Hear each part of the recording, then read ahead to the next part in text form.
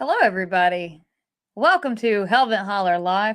Let us know if you can hear us in the chat, because obviously we have had some issues with our internet. So let us know that you can hear us in the chat. And we will get a rockin' and a rollin' on the show tonight. And get into it. Yeah. We can hear. I good deal. We might pixelate a little bit tonight. We're running off of our fancy cell phone hotspots. Yeah. So we're having to run everything off of our cell phone hotspots because we had a catastrophic lightning strike. Yeah. Last night we had a catastrophic lightning strike at about 1 o'clock in the morning. Yeah. And it was pretty bad. There was a explosion, like a giant explosion and a pop in the house, and then a light bulbs not burst, but blew out the filament. Yeah. And we heard something like just basically low key explode, and we couldn't figure out what it was.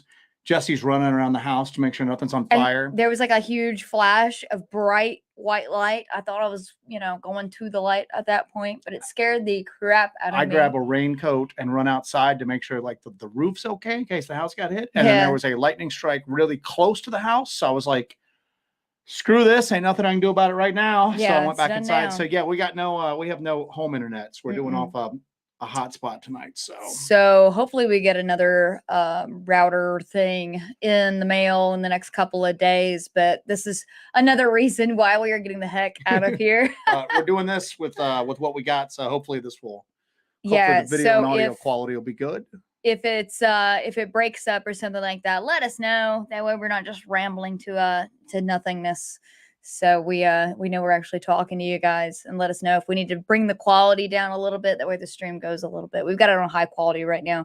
Yeah. So, but I can take that quality down if we need to continue the stream. Jay Myers said, "Sir, yeah, we had all of our TVs, computers, everything like that were on surge protectors. This was just it came in the DSL. It just looks like it hit the DSL line, came in, and then it came in our house and popped the light bulbs. But everything that was on a surge protector is fine. Yeah.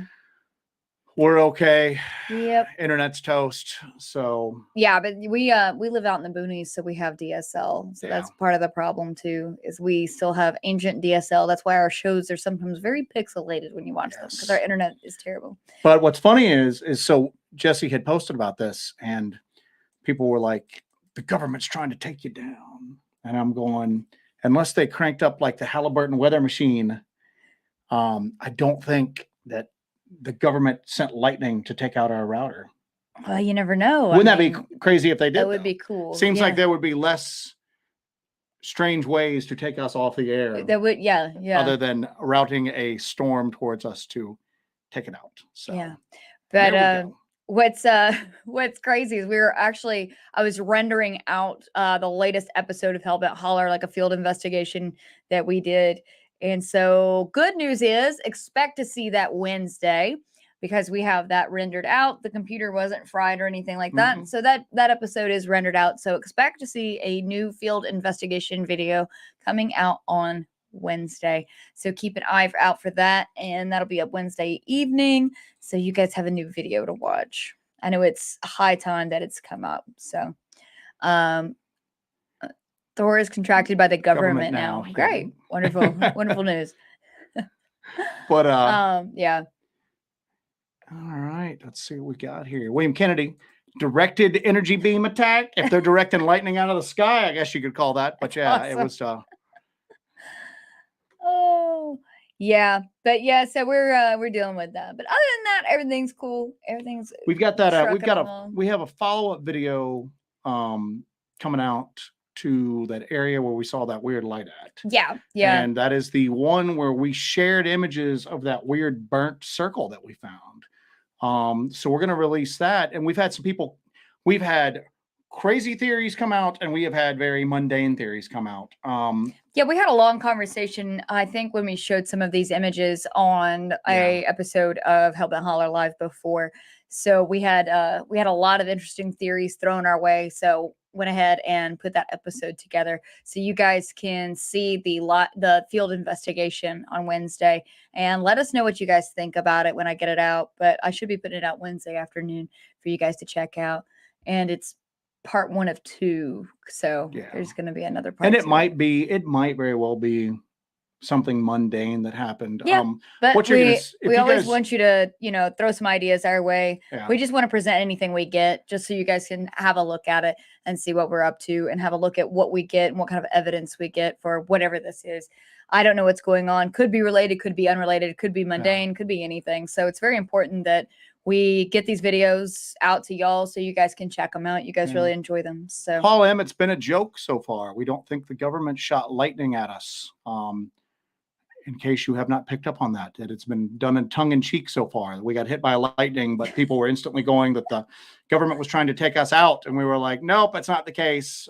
So a little bit of humor in the midst of our house getting blasted by lightning. So yeah. Anyway, so we have got this. Anyway, so yeah, we found that weird little burnt area. No Squatch Talk. I don't believe it was a campfire. We have seen several campfires. It may have been a ring of some sort put out there that they then picked up any of the charred wood that was in the bottom of it. But what was also odd is that there was an area around it. I mean, we make campfires all the time because we're actually out in the woods, and there was a ring around it where everything seemed very compacted in. I don't even know if you could do that just stepping around it. It was odd enough for us to film it. We still don't know what it is. It might be something mundane. What's also strange about it is it's not it's a surface scorching. It's not like burnt down into the earth, and there's like a lot of pine needles and stuff there. It was pretty interesting, and it's in a very, very remote area. So and it's in that area where we've seen those weird, and we actually have weird lights on that video that we captured that night. Not anywhere like what we saw before, but weird little like drifting like will-o-wisps. Yeah, so I think you guys will really enjoy that. I think you guys are really going to enjoy that video. So talking about the tigers that got out, man. Yeah, there was a couple of tigers. Did they end up catching the tigers that got out? Yes, they got them. They got the tigers. Yeah. In Georgia, North Georgia. That's nowhere near where we go though. Yeah. Outside of Atlanta, yeah, definitely not. Matt Kane, how are you? Found any twisted trees like I sent you? We have not seen any.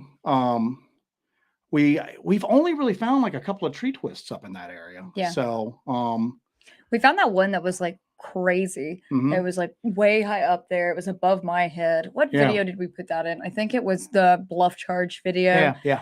That one was in. So that's one of the only ones that looks like it could definitely be something like that, because it was a small live tree and it was twisted. It was like way above my head. But other than that, we don't find anything that like that other than that particular one. Boom, boom, boom. So Squatch Talk, I don't know what's going on with you. Hard to tell what's tongue in cheek here, so I don't blame their questioning it. But you have a good night, man. We generally try to enjoy Monday nights here and have a good time. Monday nights are usually kind of a lot of levity and joking around mixed in with whatever's going on out there. So if that is not your cup of tea, I understand. Have a good night. So, all right, let's see what else we got here. E-Rev says, does anyone think a tiger and a dogman would be a good fight? Yeah, I would say so. I think that would be a great one. Oh my God, this one's great. Although I don't know if we're allowed to say the word. We can't say that word without getting, Okay. That would be a good one anyway. But I saw about those tigers that got released, and I saw that story, but they did catch them then. And who caught them? Did the actual people that worked the wildlife place catch them? I don't know. I didn't follow up on that one. Sorry. Yeah. Paul M has that area also has a lot of Bigfoot sightings on years of flooding. Looks like this could be a good year for any investigators to visit the area. Flooding is really heavy right now. We had a lot of flooding in North Georgia a few years ago when we went up there to check out an area that we'd had some activity in. And what we were shocked by was just the amount of like dead animals. Remember that? Oh, on the side of the road, because the low-lying areas had flooded and pushed out a lot of animals, and they had gone and gotten hit on the highway. That was there was tons of dead animals on the highway. And the flooding was so bad that one of the major gravel roads that we take to get up the mountain into that area we go to in North Georgia, one of the main roads was completely washed out. So we had to take we had to circumnavigate that and go miles and miles and miles out of the way just to get to where we go to go and research. So it was really bad. And there was a shocking number of dead animals on the side of the road. What's I was thinking about that is it seems like the activity in that area kind of ramped up after that flooding occurred. So that's kind of a cool connection to look at. Anyway, so, but anyway, what we were thinking about when we looked up there, that if there was anything strange living in those woods, that would have been driven out as well. And we were going, I wonder if there's any roadside crossing sightings that have taken place up here that have just never made their way into like public eye at that point. So, all right. Anyway, there was a really good sighting in that area, but it's mostly with the fly fishermen, because that's a good area to go fly fishing in up that way. But that's mostly any sort of sightings that have been up that way have been by fishermen. Yeah. All right. So what else we got? Still talking about the tigers. Yeah, like Clarissa Hendershot, welcome to the show. So, yeah, it's kind of an odd day because our internet is gone. So, but welcome to the show. We hope you enjoy it. All right. Yeah, it looks like they tranquilized them both and took them back to the zoo. Sorry, guys. As usual, we don't really come prepared with anything like this. We let you guys kind of direct the conversation. So if anybody's got anything you guys want to bring up. One thing that did come out that was interesting is that I thought was pretty cool. We had discussed not too long ago about how the 3 objects that the U.S. government shot down after that Chinese spy balloon, that the story had just disappeared. Yeah. That nobody was talking about what happened to them, what they were, anything like that. So the story came out today or yesterday that I guess the guy that runs the Black Vault, whose name I can never remember, and it looks like I'm not going to remember it now because I thought I had it pulled up, but that the guy who runs the Black Vault had done a Freedom of Information Act request to find out what those objects were. And They just flat out came out and said, not releasing it. Sorry. Now people have said that it might be because of the data that is usually on the screen from the jets that shot it down, like top secret, information around the heads up display that's on there. Other people are just going, no, they just don't want to release one of two things, either because they shot down some like weather balloons, like legit weather balloons. Yeah. And they're embarrassed, or they just don't want to address it. And they wanted to just they shot something else down. And they wanted to get out of the public eye. So I've never filed a FOIA request before. Do you have to wait any sort of like time period before you can file that to actually get any kind of documentation? I don't know the process. Or can you get it like instantaneously? Well, I mean, they're going to slow roll. I mean, I was surprised he got an answer back this quickly. I was surprised he was able to file something this quickly. Yeah, exactly. Without huge hurdles to go. Obviously, this is a hurdle. Yeah. But but they came out immediately and said it was like not a weather balloon this time, but it was a children's project or something like that. But so why wouldn't they? I guess they can't just keep with that narrative because they have to release some sort of supporting evidence for that, right? Yeah. So it's just deny. And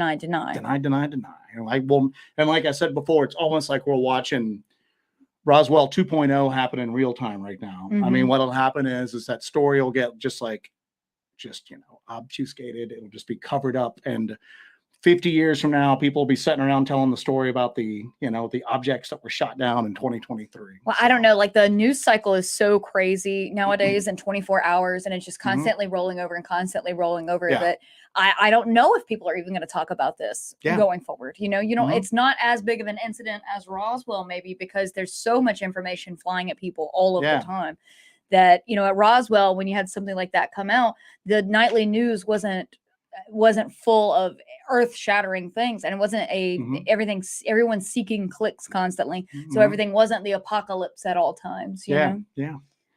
Matt Keene's got something. I don't know if you heard any info on it or not, but the flood that happened in Buchanan County, Virginia last year, supposedly a dead Dogman washed up, and the government came up and picked it up. Wait, was there a photo that featured? There was a photo that somebody released, and they said that it was like in the debris. Let me see here.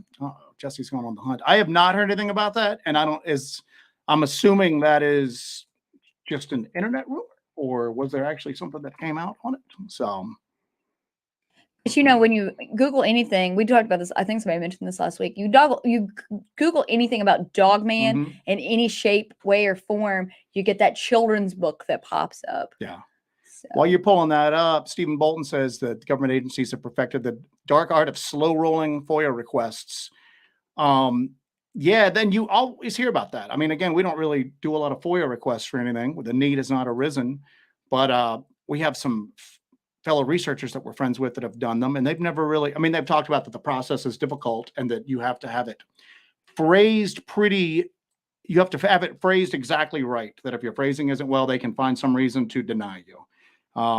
So I don't know what the turnaround time is on something like that. I know that, people like David Paulides have talked about that. I was going to say, they've given David Paulides so much of a runaround over the years. That they have just flat out denied some and everything like that. So, but I am not finding. Everybody knows where you can find that photo, because I remember there was a photo that it was making its rounds on the internet, making its rounds through Facebook, where people were talking about that. Of course, I'm sure there was a red circle around it, but there was a Dogman body found in the flood. Somebody suggested I do DuckDuckGo. Let's see. Greenwald, John Wingerald with the Black Vault. Thank you. I can never remember that dude's name. So, but he does a ton of that's pretty much what the Black Vault is. It's all predicated upon the Freedom of Information Act requests that he's done. So, all right. Haswell, Virginia? No, I don't know. Let's just carry on. Okay. Well, we'll find it. People are talking about that it was in the photo laying on its stomach. There's so many fake. And when I say fake, actually verifiably fake, Dogman photos out there that are just from werewolf movies. And now with games AI, nowadays. You can generate photos and stuff. Yeah, now you're going to have AI. That's going to be the weird thing to see happen over the next 6 months going forward. I mean, the way it's going through, because right now you can look at AI art and it just looks a little off. looks a little off. And then Shade Viking says the all-seeing circle. the all-seeing circle. But I say in about 6 months, they're going to be almost indistinguishable. Yeah. You know, they're almost going to be indistinguishable. Well, AI is exponential, so it learns Yeah. exponentially. So where it's at right now, think about where it's going to be in a month and then 2 months. I mean, it just constantly grows from there. Well, keep in mind, too, that AI is doing still images right now. So by the time it gets to the point where it can do like moving pictures, you know, like actual like video, AI generated video, you're never gonna be able to trust anything you see online ever again. I think you're really going to start seeing that coming up in the next presidential election. You're going to definitely see that because it's going to get to the point where the deep fakes are so good, you know, and I think they're aiming for that too, because you know, a lie can get around the world before the truth can get its boots on. Yeah. So you're definitely going to see that because there's a lot of motivation under that for them to start doing deep fakes. So Paul M's probably right. 6 months, we're going to be probably running around. It'll be like Skynet like territory. So, but yeah, the ones that are out right now, they look like Dollar General Wolfman. But like I said, in about 6 months or so, and that's just a number I'm pulling out of my rear. But I think you're going to start seeing ones that are just so indistinguishable from reality. I mean, you're already starting to see like the human images, you know, the first ones like where there was some uncanny valley stuff going on there.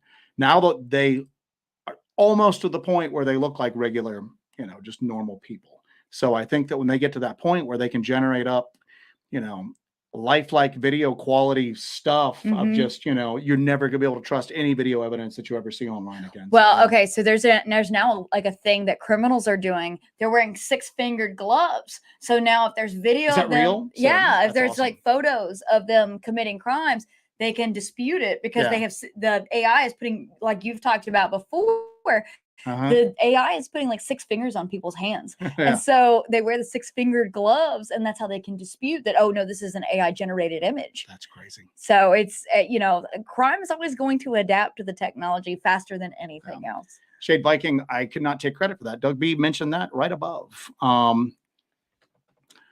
right. And for right now, Jay Myers is talking about eBay as a Dogman mask that looks like the real thing. A few months ago, there was that, I guess he was like a furry or something like that, that had that $60,000 human. I guess not a Dogman, but it was like a upright. Was it the Japanese businessman? Yeah, who spent $60,000 on this Dogman suit, and people were going, "This is how people get hoaxed." And I'm going, "Well, I doubt most people are spending 60 grand to hoax somebody." But if you looked at it, I mean, looking at it in broad daylight and the way it moved, it looked like a guy in a suit. Yeah. But if you had seen it at like night or in like the forest or something like that, I could see where somebody could get a little, you know, get a little taken with it. But that's a lot of money to invest in hoaxing. In hoaxing someone, and the possibility that you could obviously be shot out there in the woods wearing something like that and confronting hunters or campers or someone like that. Another thing to think about is if somebody's out there with thermal, like we are, we'll go out there with thermal all the time, and you're wearing a suit. There's no way you can heat up the extremities of that suit. So you've got like the ears of the Dogman mask or whatever. You can't really put heat into that. So you're not going to get a heat signature off of those parts. You'll probably get a heat signature around the eyes where it's coming through. But not even the heat will dissipate off of the skin part of like the latex of the mask. But you're not going to get like the heat signature as if you're looking at an actual warm living creature sitting there with blood pumping through its ears and its face and everything like that. So someone in a suit or a mask is not going to show up on a thermal this way that an actual creature of that shape would. Now, we even tried to think sometime about, because again, we go really thermal heavy, and we're like going, all right, how could somebody hoax us? And you'd be like, all right, you'd have to heat the mask like the prosthetics up. Like, how would you do that? Would you hit it with like just a hairdryer and then go, hope they see me quick before I cool off, or have some sort of like heating element inside of it? But it seems like if you were heating it from the interior, the rubber and the latex or whatever would dissipate that heat. Well, they would dissipate that heat, but it also seems like it would break down, you know? So, all right. Kim Dresch, you're talking about the same thing. Walking around the forest at night in a reasonably good Dogman suit is a recipe for chaos and mayhem. Or like Jay Myers said, a good way to catch a bullet if you run across that right person out there. So, yeah. Sam Burton, your weekly your daily agricultural trials and tribulations, I follow them pretty quite closely on Facebook, man. So now he was having trouble with plants, and now he's having trouble with his goat. So I'm glad to see you got that goat Got gored pretty bad, but another goat. What? You got gored? What? It's barbecuing goat tomorrow. What? So. Oh my Lord, man. So. Stephen Bolton says the government is going to use AI art software to generate new excuses for denying FOIA requests. Mwahaha, they're bringing it all together now. But yeah, and who's to say? You know, you've got where the FBI and other three-letter agencies will put materials on computers and devices of people that they're seeking to you know, do away with. Who's to say that they don't have a higher level of the AI technology that could possibly frame people for other crimes, you know, more physical upfront crimes. BR Gator talks about Southern boys shot at the Chinese balloons. I bet they'd shoot at the Dogman costume.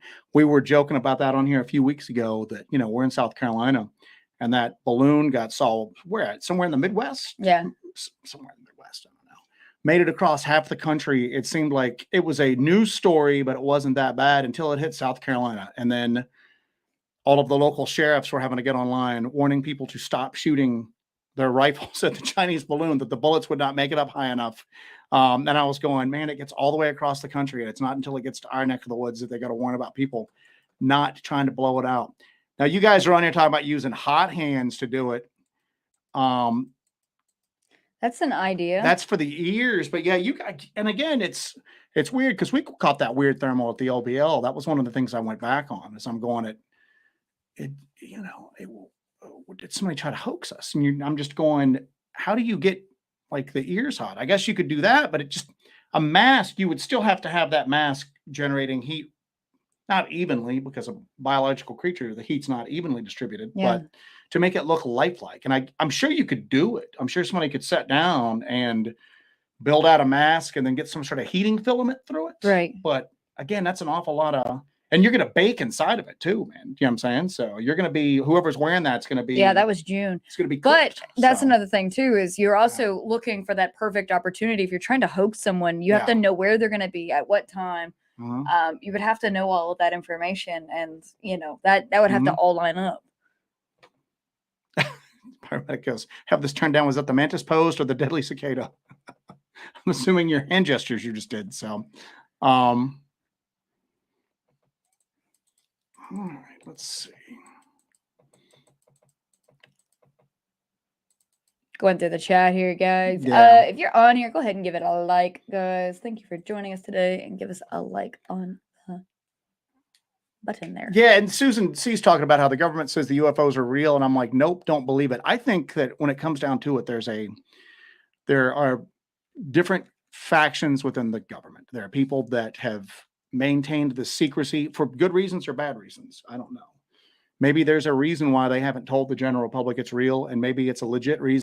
If the truth came out, we'd go, God, I wish you'd lied to us a little bit longer. You know, why did you tell us this?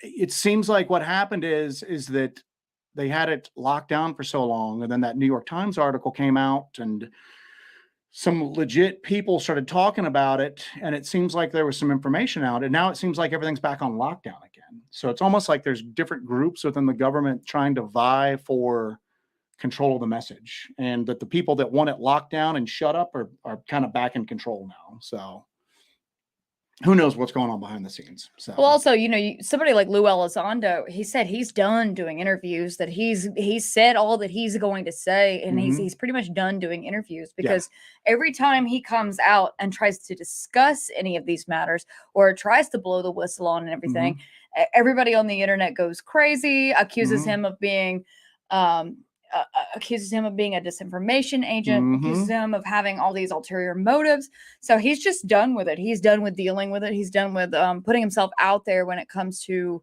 disclosure on the UAP subject. So he's said his piece at this point, and he's pretty much done with it. Oh, yeah. So you're seeing a lot of people start to do that now. You're seeing a lot of people that, and you know what, at the end of the day, I don't think anybody who makes these comments about like, oh, they're a disinformation agent or they're legit or anything like that. Everybody's got an opinion, but it seems like a disinformation agent wouldn't give up so easy, you know? Yeah. And just be like, I'm done, guys. I don't want to deal with it anymore. Maybe unless they want you to think that. I was about to say, it's a fake out. And he's like, fine, I'm compelled to return to tell you this information. Amber's Paraworld talking about Mothman territory. We haven't really done much. Like I said, I'm from up near the West Virginia border. But yeah, we've got a lot of Amber. I'll tell you what's like the hottest place in that like neck of the woods nowadays is southwestern Virginia is like insanely like active. We haven't gotten any really for the past week, but generally there's not a day that doesn't go by that we don't get an email from somebody in the southwestern Virginia area that has like a crazy story. And it's quite honestly, it's a lot of Dogman related stuff that's going on up there. And it's weird because you really wouldn't think that that area is like considered a hotspot, but and it's close-ish to us. It's not like, it's not where we usually like investigate at, but we get a ton of reports through there.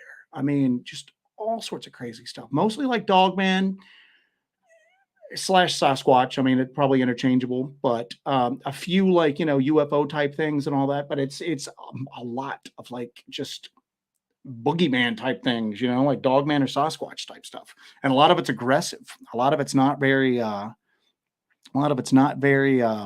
I don't know if you saw this one. Red Wolf said, this might be really tinfoil hat territory, but could the AI finger problems be intentional for Nephilim mind blown? So that was we talked about that before. I don't want to rehash everything tonight, but we talked about that just the extra fingers and then the extra teeth that was coming up on AI. And I'm going, that's really weird and everybody found that very like disturbing to look at. People were talking about how I thought it was disturbing, and it went beyond that uncanny valley type thing, just that kind of just general, like kind of, I'm creeped out by looking at that.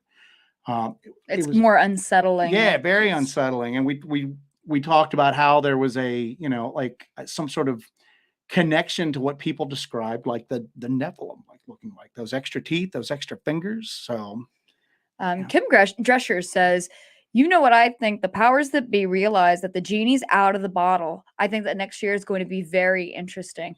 I think so too. Like Joe mentioned before, it seems like there are different factions within the higher ups, the higher echelon of the government or the elites, whatever, both the same thing, right? That it seems like you have one group that is kind of fighting another. They have different interests and they have different motivations for what they want released and what they want to come out to the public. So I think there's going to be some sort of interior battle about the truth and what we want to disclose to the general public. Now, pair that along with, it seems like the veil is kind of thinning in a way. It seems like these incidents and these experiences are ramping up as we go on and on and on. So I think pairing those two things up, I think we are set for possibly a very interesting coming year or two. If we are kind of coming into this next age. And my thing is that you don't know whether this stuff's talked about more openly because more people are just open about talking about it and more people are aware of it. It seems like the people who are already aware of it are experiencing more weird stuff. It seems like that there's something more going beyond just the conversation expanding. It seems like the activity is actually increasing. And I don't know, Deuster, I know you're on here. You're a ghost hunter.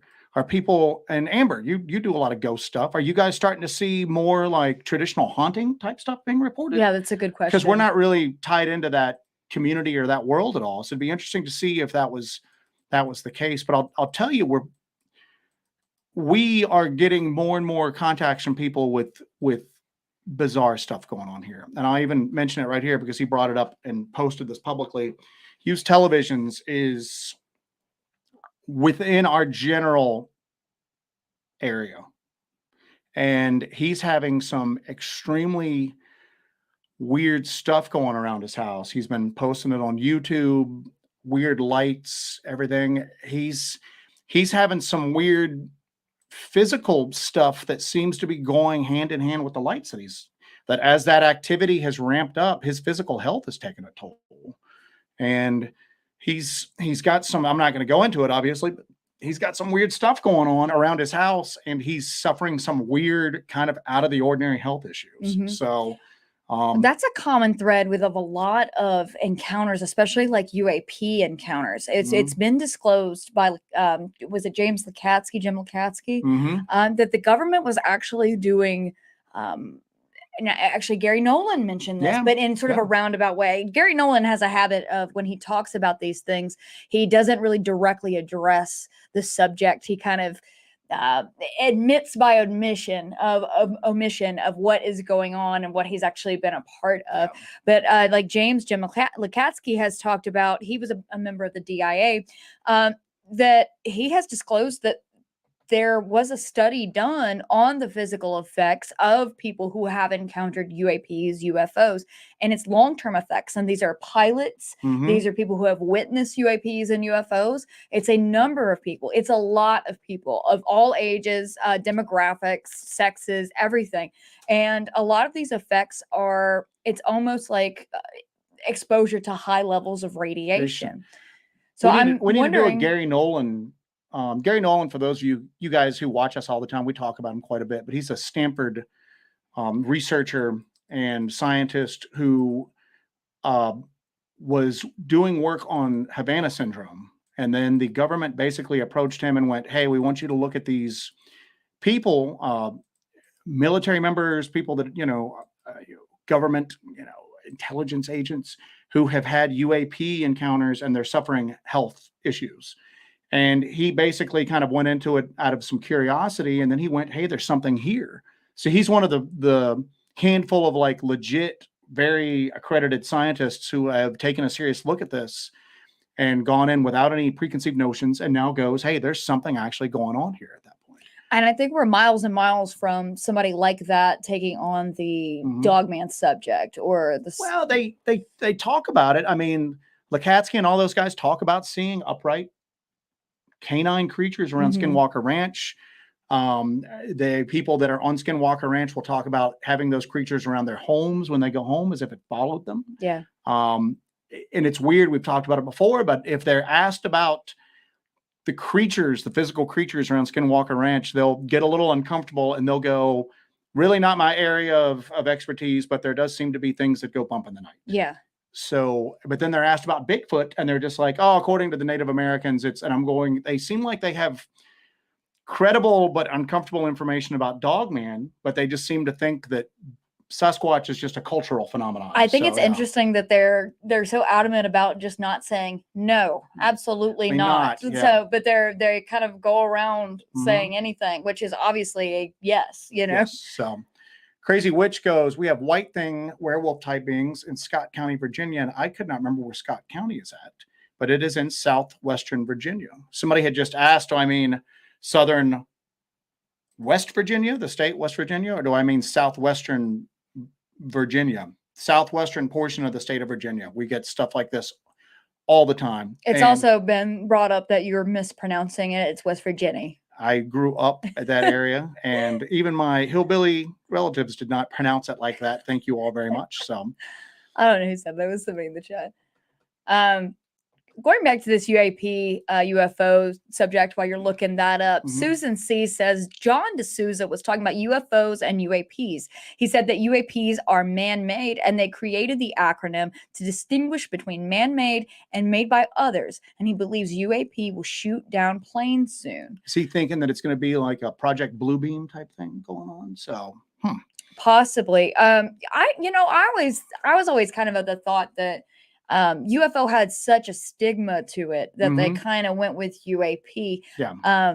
Because we've had the term UFO for how long? How long has UFO been in the zeitgeist? Well, in the common vernacular. It's been like since Kenneth Arnold and all of that. You know, they called them like Foo Fighters back in World War II. But I know where you're going to with that, and it's weird because we always talked about like how UAP was kind of like giving it a new name to make it kind of like modern. Yeah. So like, like they're kind of related to like a cryptid thing instead of talking about Bigfoot or Sasquatch, an undiscovered hominid, and kind of put that kind of spin on it, just to kind of avoid that stigma that maybe has been attached to the common phraseology of it.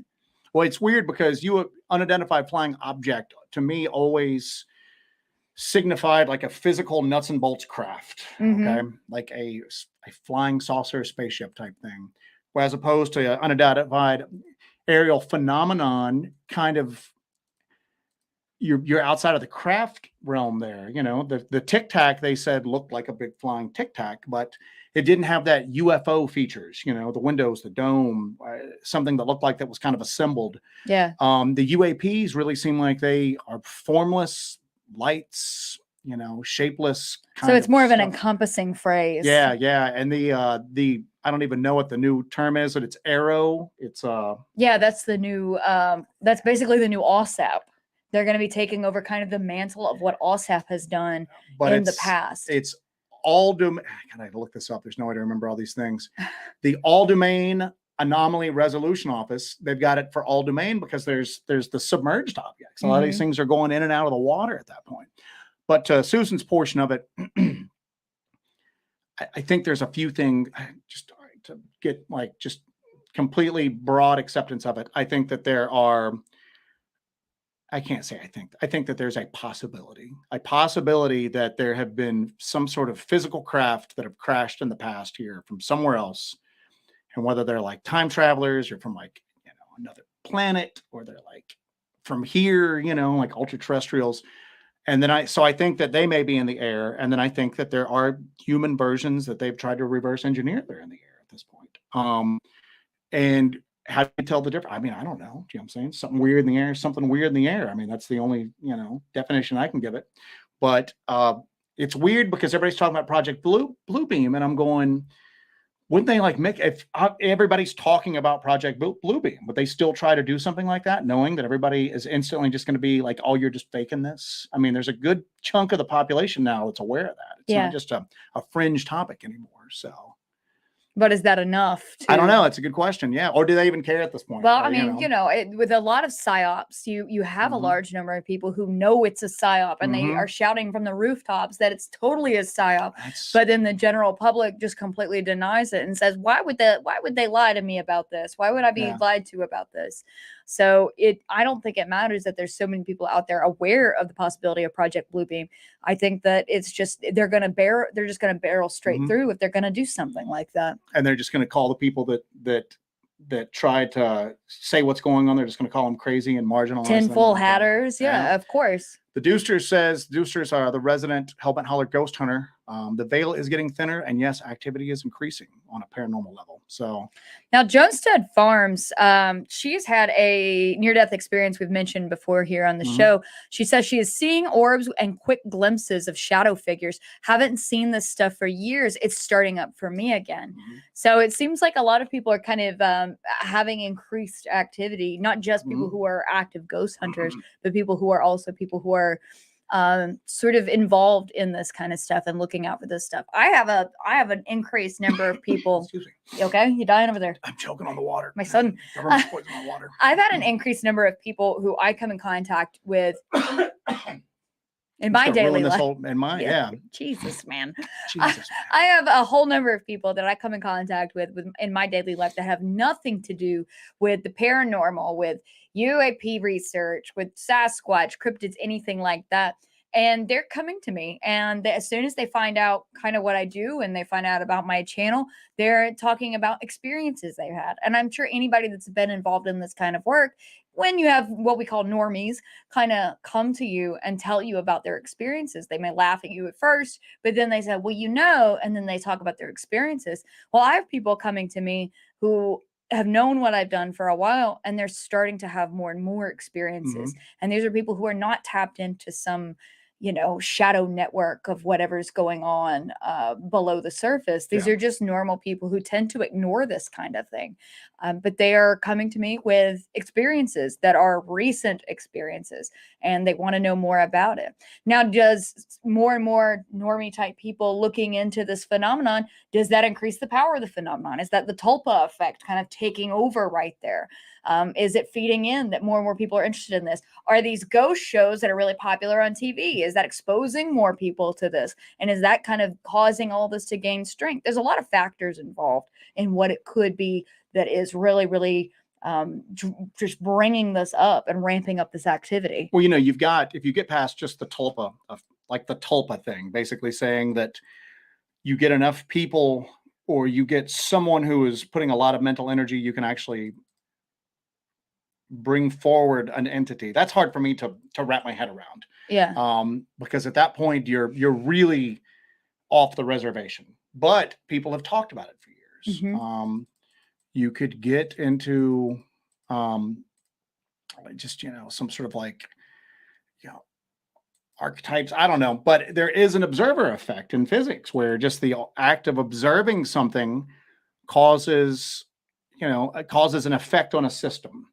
So could something like that be tied into the observer effect? Again, I keep wanting to shy away from saying that's physically impossible, because I think physically impossible things aren't as physically impossible as we previously thought they were. So it's I don't know. And again, like I said, we've been kind of drifting away from flesh and blood things that are, I think the only way that some of these things can be flesh and blood is if they're subterranean, they come out.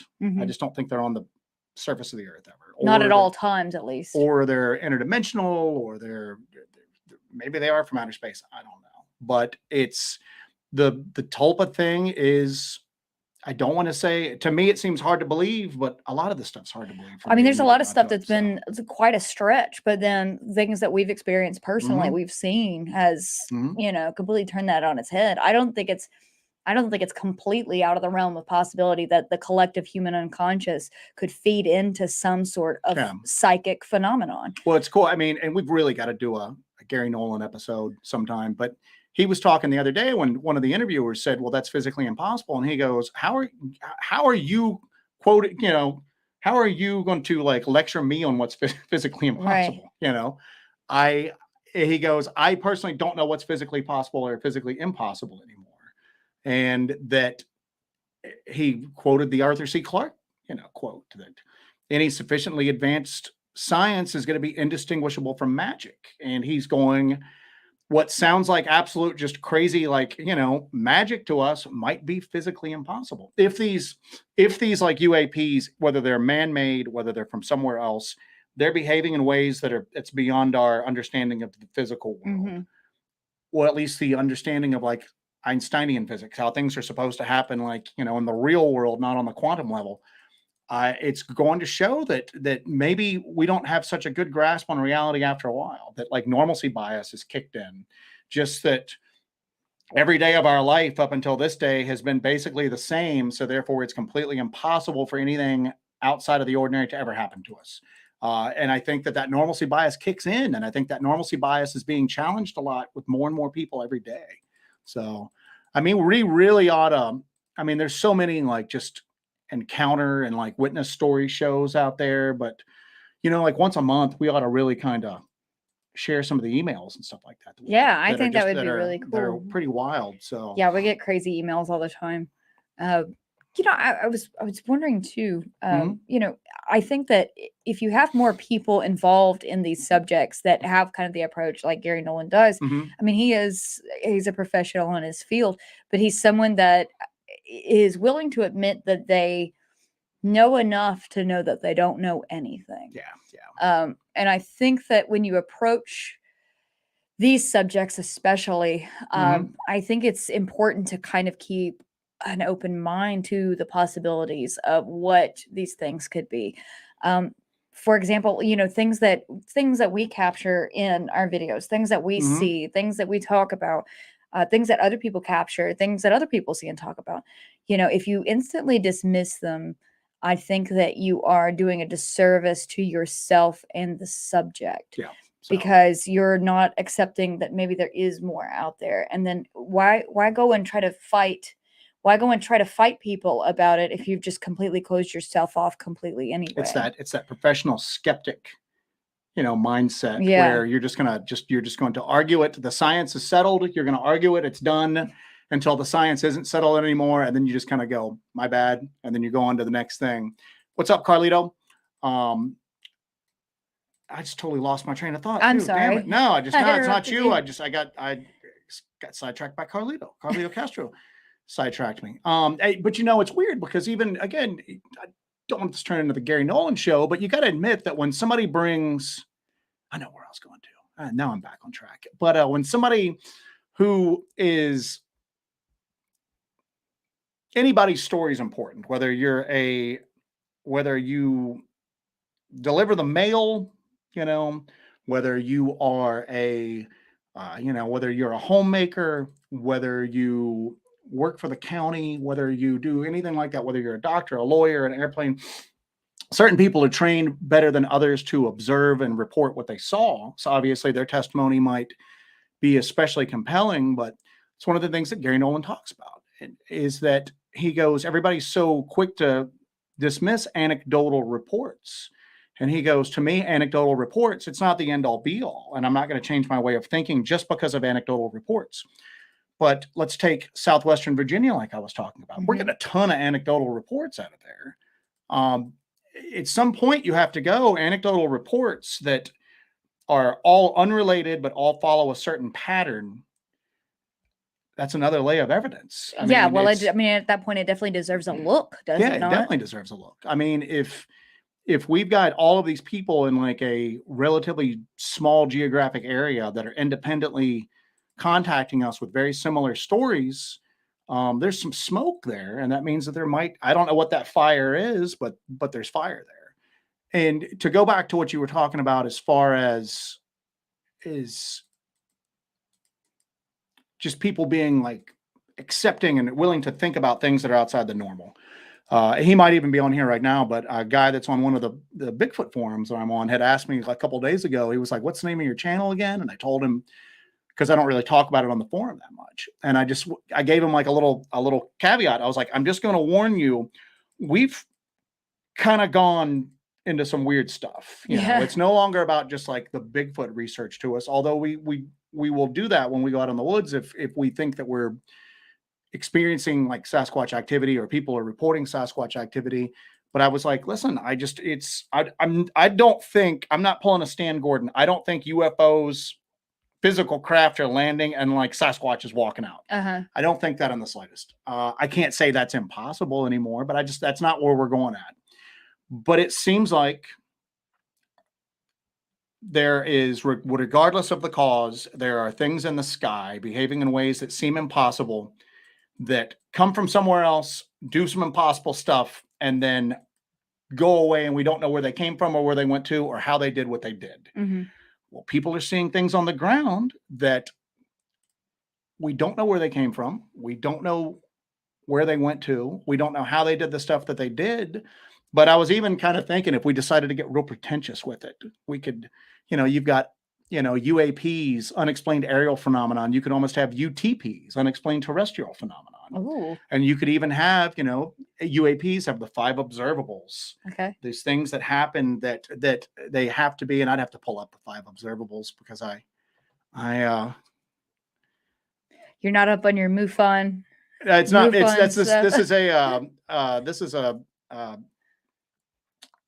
is a modern thing. It doesn't have anything to do with UFO. It's but let's see. As I just kind of stammer, but the 5 observables: anti-gravity lift, so they don't have wings, but they have lift; sudden and instantaneous acceleration.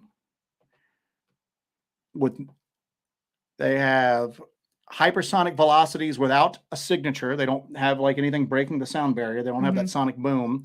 Low observability or cloaking, and then transmedium travel, meaning they're able to go through the air and the water. And I'm going, again, if we decided to get pretentious with it, we could come up with 5 observables that were common during physical cryptid sightings. Unearthly speed or agility, just disappeared in front of your very eyes. Physical traits that seem to defy current biological standings, like self-illuminating eyes and stuff like that. But I'm going, that's kind of where we're going to, is that there's I hate to get all Skinwalker Ranch with it, but there's weird stuff in the sky. There's equally weird stuff on the ground. I don't have an answer for any of it, but it's going on. It's there, So anyway, that's where we're at. And unfortunately, they might be connected in some kind of way. They might be, or here's the deal, or maybe none of it's connected. Maybe there's multiple weird phenomenon. We're just starting to really get to know the hidden parts of our universe and our reality. I don't think we're anywhere near knowing the hidden parts of any of that. I think that what's happened is that I think that we've fooled ourselves again. We've got these pocket computers with all this information on it, and people like to. And I think that's part of the attraction with skeptics. You have to have an answer. You can't go to bed tonight if you don't have it, just an answer to it. The hubris. Yeah, like, and it's okay to kind of go, I don't know, because I don't know. You know what I'm saying? I don't know. I have no clue. People will contact us all the time going, well, Dogman is this. And I go, I don't know, man. I just don't know. Sasquatch is this. I don't know. You know, there might very well be. I mean, we're not really going down the flesh and blood route, because at least what we've personally experienced doesn't lend itself towards that. No, it definitely goes against that. However, I know other people who experience stuff that seem to be flesh and blood normal creatures. Well, why can't we find them then? Yeah. You know, I mean, that's what's weird, but you never say never. I mean, maybe there are small populations of these things running around and breeding and eating, and they're just really good at hiding. But at the same token, and it's just a run of the mill unclassified hominid. That's just so weird that it's able to stay. It's a pretty damn lucky hominid, you know? And but again, at the same token, if you're willing to go, hey, I'm willing to be open to this crazy explanation, I got to be open to this mundane explanation as well, because none of it's been definitively proved.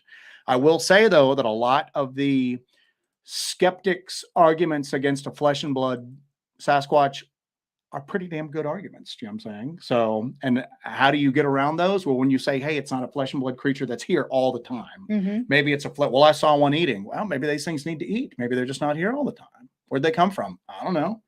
You know, where'd they go to? I don't know, you know. And it kind of, you know, you kind of end up in a weird position, because when you start looking into this stuff, you start looking for answers. I know that when we both started looking into this, we're looking for answers about, what is this? What am I experiencing? What am I seeing? As people, we want to know. Yeah. We want to know. We want answers to this. And it's almost disheartening in a way that the more you look into this, the more questions you have, the less information you have. Yeah. You get so black-pilled, you know. You can see why people who do this for a while will sometimes just go, enough already, I'm done, you know. Because everything suddenly becomes,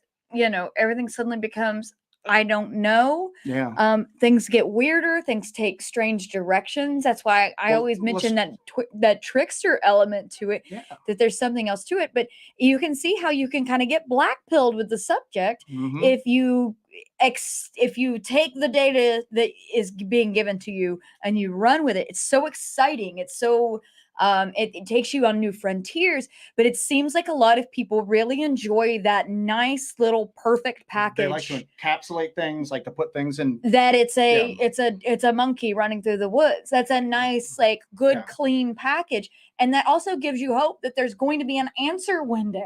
That gives you hope that somebody's going to discover that one piece of evidence, or that video, or that bone, or that body, or whatever it is. That gives you hope that there's going to be something that's going to just wrap this up and put a bow on it one day, and that all of your questions will be answered. And you're not going to go to the grave like John Bendernagel and have no idea what these things are, or what, if they're actually out there, what they are, where they came from. And it seems like you get to the point where, like, am I wasting my time because there is no answer for this? Am I wasting my time and my efforts and everything I do because there's no real answer to this? And as people, that can be disheartening. That can be like a black pill moment. There is no resolution for this. The thing is, too, is that you start to sound like a crazy person. I mean, it's weird enough that you're into Bigfoot. It's weird enough that you're the Bigfoot guy, you know, you're the Bigfoot guy at work or amongst your family and everything like that. And people are giving you little Bigfoot tchotchkes as presidents and kind of laughing at you behind their back. I say it all the time. The weirder stuff that's involved with this is more real for us right now than Sasquatch is, you know? Right. Honestly, if somebody was to come up to me and go, hey, let me lay this on you, there's no such thing as Sasquatch. People are just seeing other things and they're misidentifying them as Sasquatch. I'd go, maybe, I don't know, because I didn't catch a thermal image of something that looked like a Sasquatch. Yeah. You know, we haven't seen with our own eyes things that look like Sasquatch. I don't know what we saw. You know, I mean, maybe we had a weird shared hallucination and we didn't see anything. And I can't explain the branches moving, but again, at the end of the day, it's like that. But I can tell you that we've seen weird anomalous lights both with our own eye, and then we've captured them on film. And part of that too is, that's why we are trying to film everything that we get. We're trying to film everything that we see out there, everything that we experience. We film it, and then we share it with you guys. Yeah.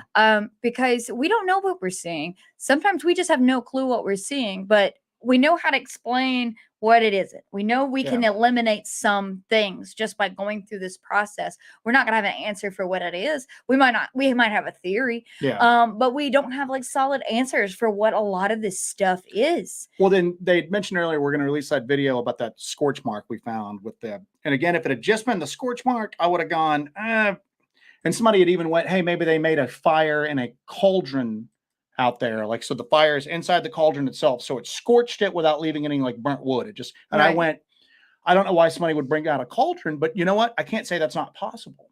The beaten down compressed circular area around the scorch mark, to me, of course, when we're there, we're focused on that scorch mark, but in retrospect, that pressed down circular area was more interesting in the long term, okay, to me, because the scorch mark, maybe somebody did carry a cauldron out there and just made a fire in it and scorched that, and it left that particular little ring, and it didn't look like an old campfire. Yeah. But the pressed down area around it was something that I couldn't come up to with an answer to. But here's the deal. Normally that would just be something weird, but this isn't that far from where we saw that weird light on the ground. So we're seeing these big, not even the little will-o-wisps, but that big light that we put out that we don't know what to call it. We don't know. Is it a portal? Is it a UAP? It sounds crazy to say that, but we saw it. Is it a portal? Is it a UAP? Not only that, it gave off a heat signature. Not only that, we're just talking about physical effects of seeing UAPs. What was happening to me? My face was hot. Yeah. My face was hot and red for hours after that. And what's weird is that we got elevated readings at that site. And then we saw that black scorch mark. I got like sick afterwards. Now, keep in mind, maybe it was just something I ate. You can't say. It might just be a weird, all of this might just be a weird coincidence as far as that goes. The light we saw was not a weird coincidence. That was something anomalous that I still to this day don't have an explanation for. Maybe the scorch mark is happenstance. Yeah. Maybe it's just something that just is mundane, that's in proximity. And that's why we're trying not to read into it. But it's weird. It's weird enough for us to look into. It seems like you would be doing it a disservice to not look into a weird scorch mark near where you saw an extremely hot, anomalous light on the ground. You know, it seems like you'd be really filtering out, and it might not be anything. It might not be anything. We might go up there. The next time we go up there, we run across some weird dude with a cauldron making a fire in the middle of the woods, and he's got a rolling pin, and he's just rolling the ground all around it, and he goes, oh, I just do this, it's just something I do. We'll be like, and we'll go, there you go. Now I want to know what brand of craziness do you have that you're doing this? But again, it's if we hadn't seen that weird light, we wouldn't necessarily be interested in this weird scorch mark. Yeah. So, I think if we had not seen that light, gotten the heat signature off of it, felt the physical effects of intense heat from that, I think maybe we would have seen the scorch mark and been like, okay, maybe somebody had a fire. But there's no evidence of a fire. Everybody here has made a campfire. You have ash, you have burnt pieces of wood. You don't just burn it down to like nothing. And it didn't look like there was anything that had any sort of combustion that had taken place on top of this. Everybody here has made even if you haven't gone camping, you've made a fire, you've done something, you roasted marshmallows, you've seen what's left when that fire is done. It's not a perfectly flat scorch mark on the ground. I was even thinking, and I can't say this isn't possible, maybe it was a lightning. I mean, it seems like it was under trees. It seems like the lightning would have to kind of dodge, zigzag through some trees to get down to that. But I was going, here you go. Let's see what a lightning strike looks like on the ground, forest floor. But anyway, like I said, we're going to bring that out. And I know we're going to have a lot of people come up and go, oh, it's just this. I can tell you this. It's not a campfire. It's not a campfire. And unless somebody got and just vacuumed up the ash, vacuumed up the pieces of wood, that cauldron thing might be. Now we've got like jet boils and stuff like that we use. They don't scorch the ground that's underneath them. There are, what is that little Solo? We've got Solo stoves that I'm looking at right now. It's a little round cylindrical piece of metal that you can pack in and burn stuff with, so that's contained. This was a lot bigger, but maybe somebody's got a really large homemade solo stove out there and compacted it down, and it's all just a So weird it coincidence. appears that when lightning strikes the ground, it causes a branching effect. Okay. Wherever it hits, it's not going to make a perfectly round circle. It's going to do like. Can you show that branching effect? Can Yeah, that's on concrete. I'm trying to find a better example where it's like, because I've seen lightning struck trees before all the time, lightning struck buildings, but I don't think I've ever seen where lightning just hit. This is all right. There you go. Here, there's a lightning strike on the ground right there. Yeah, so. Pulling that up right now. Okay.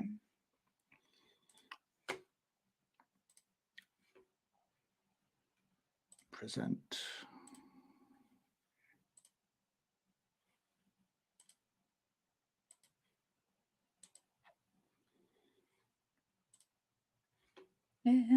So that's what lightning looks like when it hit the ground. It's almost like a star shape. That's not what we found in the slightest. No, so not at all. Right now, I'm going to guy with a rolling pin and a cauldron in the woods, just going crazy with it. So, I would say we could experiment with the cauldron thing. Now the forest floor over there is pine needles. Yeah. We don't have a pine forest anywhere nearby. I do have a cauldron, however. You do have a cauldron. Jesse has a cauldron. I'm sure it's going to shock every single one of y'all out there. So. I have a large cast iron cauldron. So, I mean, we could test that theory out. I don't see why not. When we saw the orb thing, portal thing, we tested that theory out. We debunked that ourselves, that it wasn't a flashlight, it wasn't a lantern, it wasn't anything like that.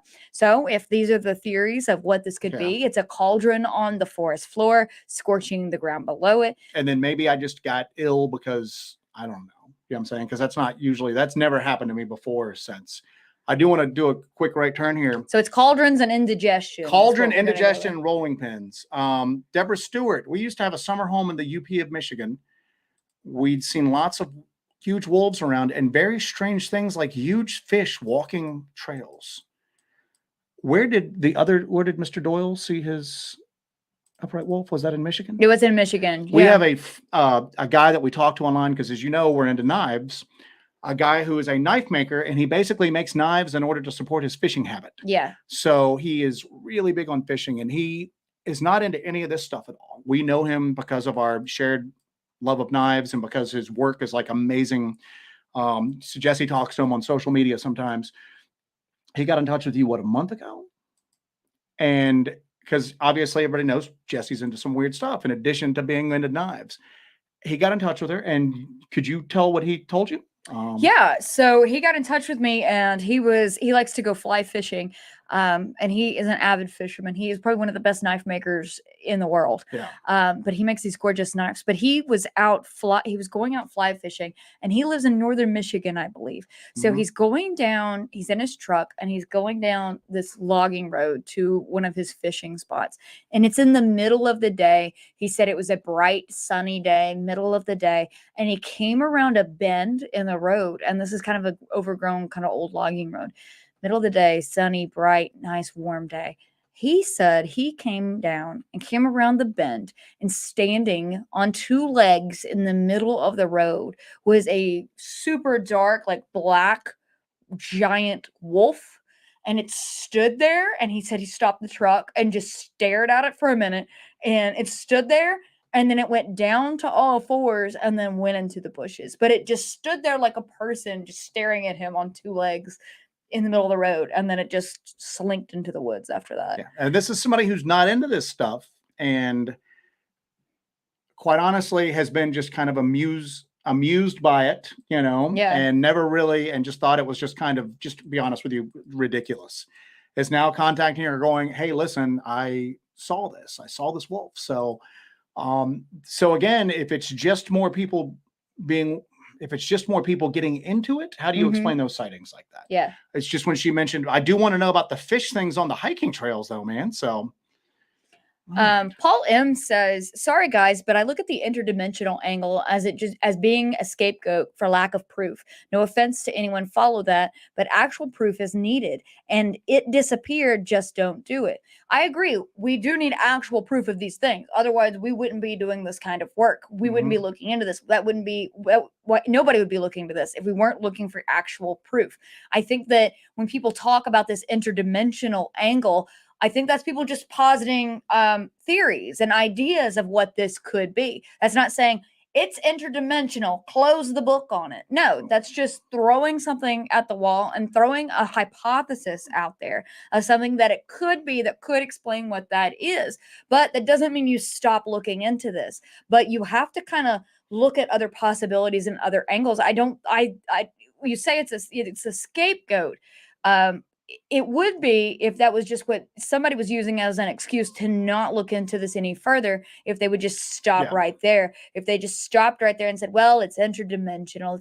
It's out of our hands now," then sure, that's a scapegoat. That's just something you're passing off. You're passing the buck there, but it's okay to hypothesize about this could be something else. This could be something that we have no scientific knowledge of. This could be something that could be interdimensional, extra dimensional. It could be. It absolutely could be. But that doesn't mean we're going to stop pursuing the proof and the evidence of it. And it's the more I look into this, like both with our own personal efforts and the more that I research it and look into other people's experiences that they've had, I don't see it's this stuff is either, when I say, let's just use the blanket term interdimensional, it's coming from somewhere else. Okay. Maybe it's, you hear people talk about crypto-terrestrials, ultra-terrestrials. It's the phenomena originate here on Earth. We're just not able to see them. And again, there's a lot of like weird kind of like esoteric explanations as to why that's possible. They exist on a different wavelength. I don't know. I don't think anybody knows.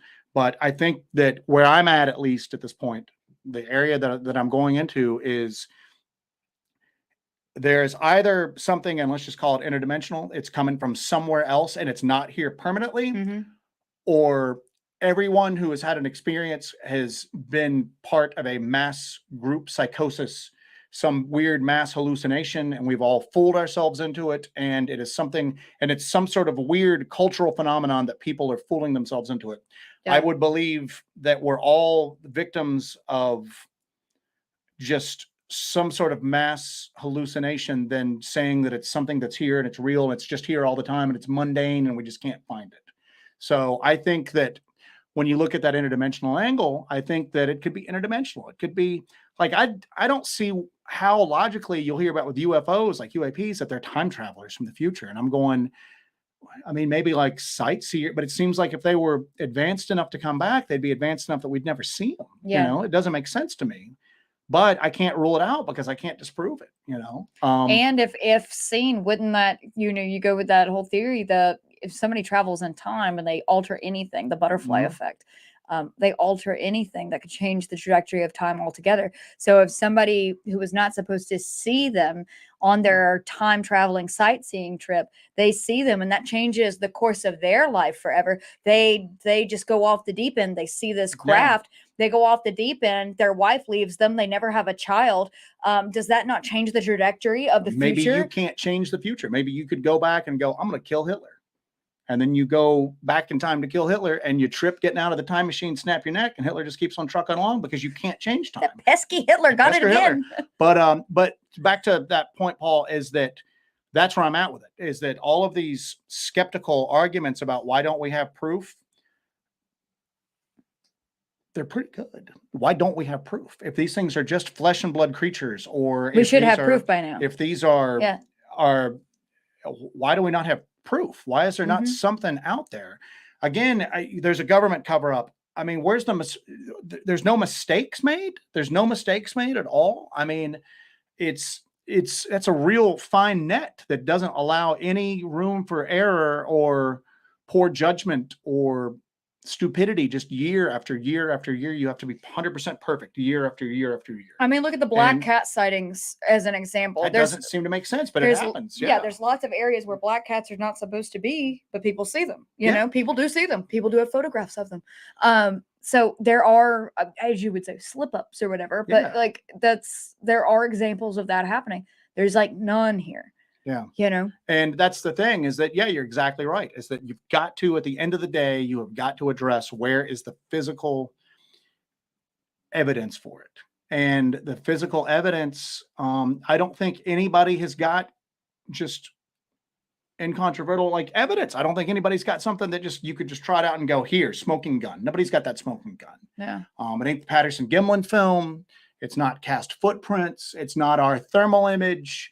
It's not it's not the Sierra sounds. It's nothing like that. It's the smoking gun. I don't even know how you could do a smoking gun nowadays. I mean, especially when you have the intervention of AI, when you have the intervention of that. I mean, short of just a body that they took in and shared the results with and made them public. And even then, look how people are with the UAPs right now. Yeah. Why are they telling us this? What are they trying to hide from us to get us, there's such a distrust culture of distrust. But at the same token, you've got to address that. And to deal with that lack of evidence, you've got to start going something weirder than what we originally thought is going on here, or it's not going on at all. And we're all suffering from some sort of mass hallucination and we're deluded. Mm-hmm. And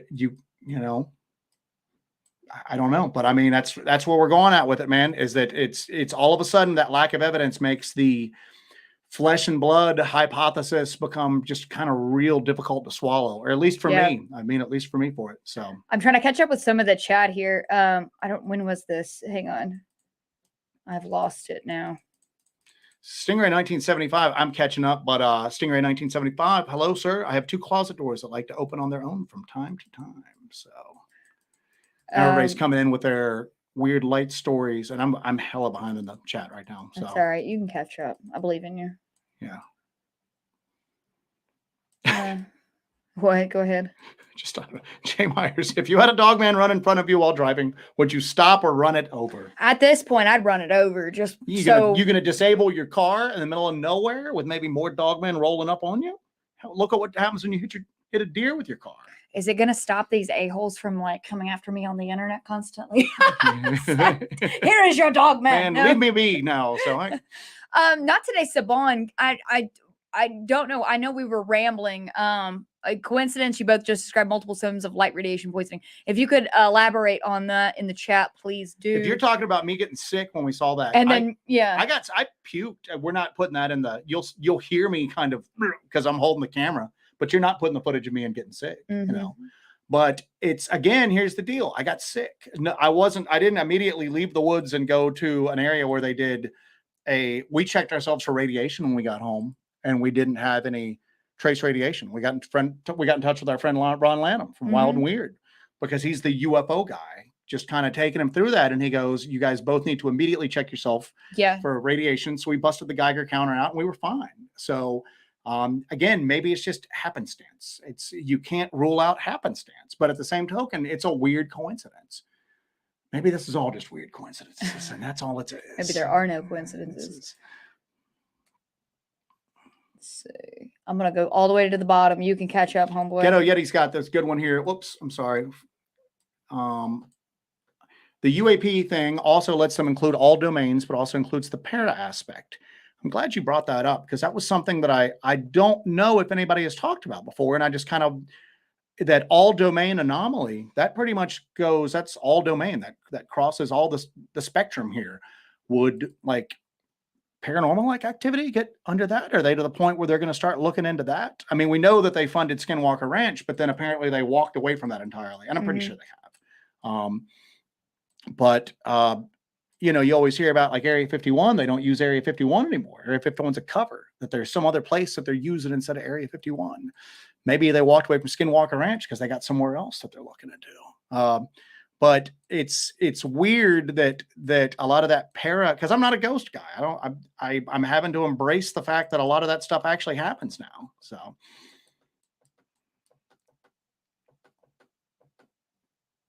Alan Lassiter up here from way behind. What's up, buddy? So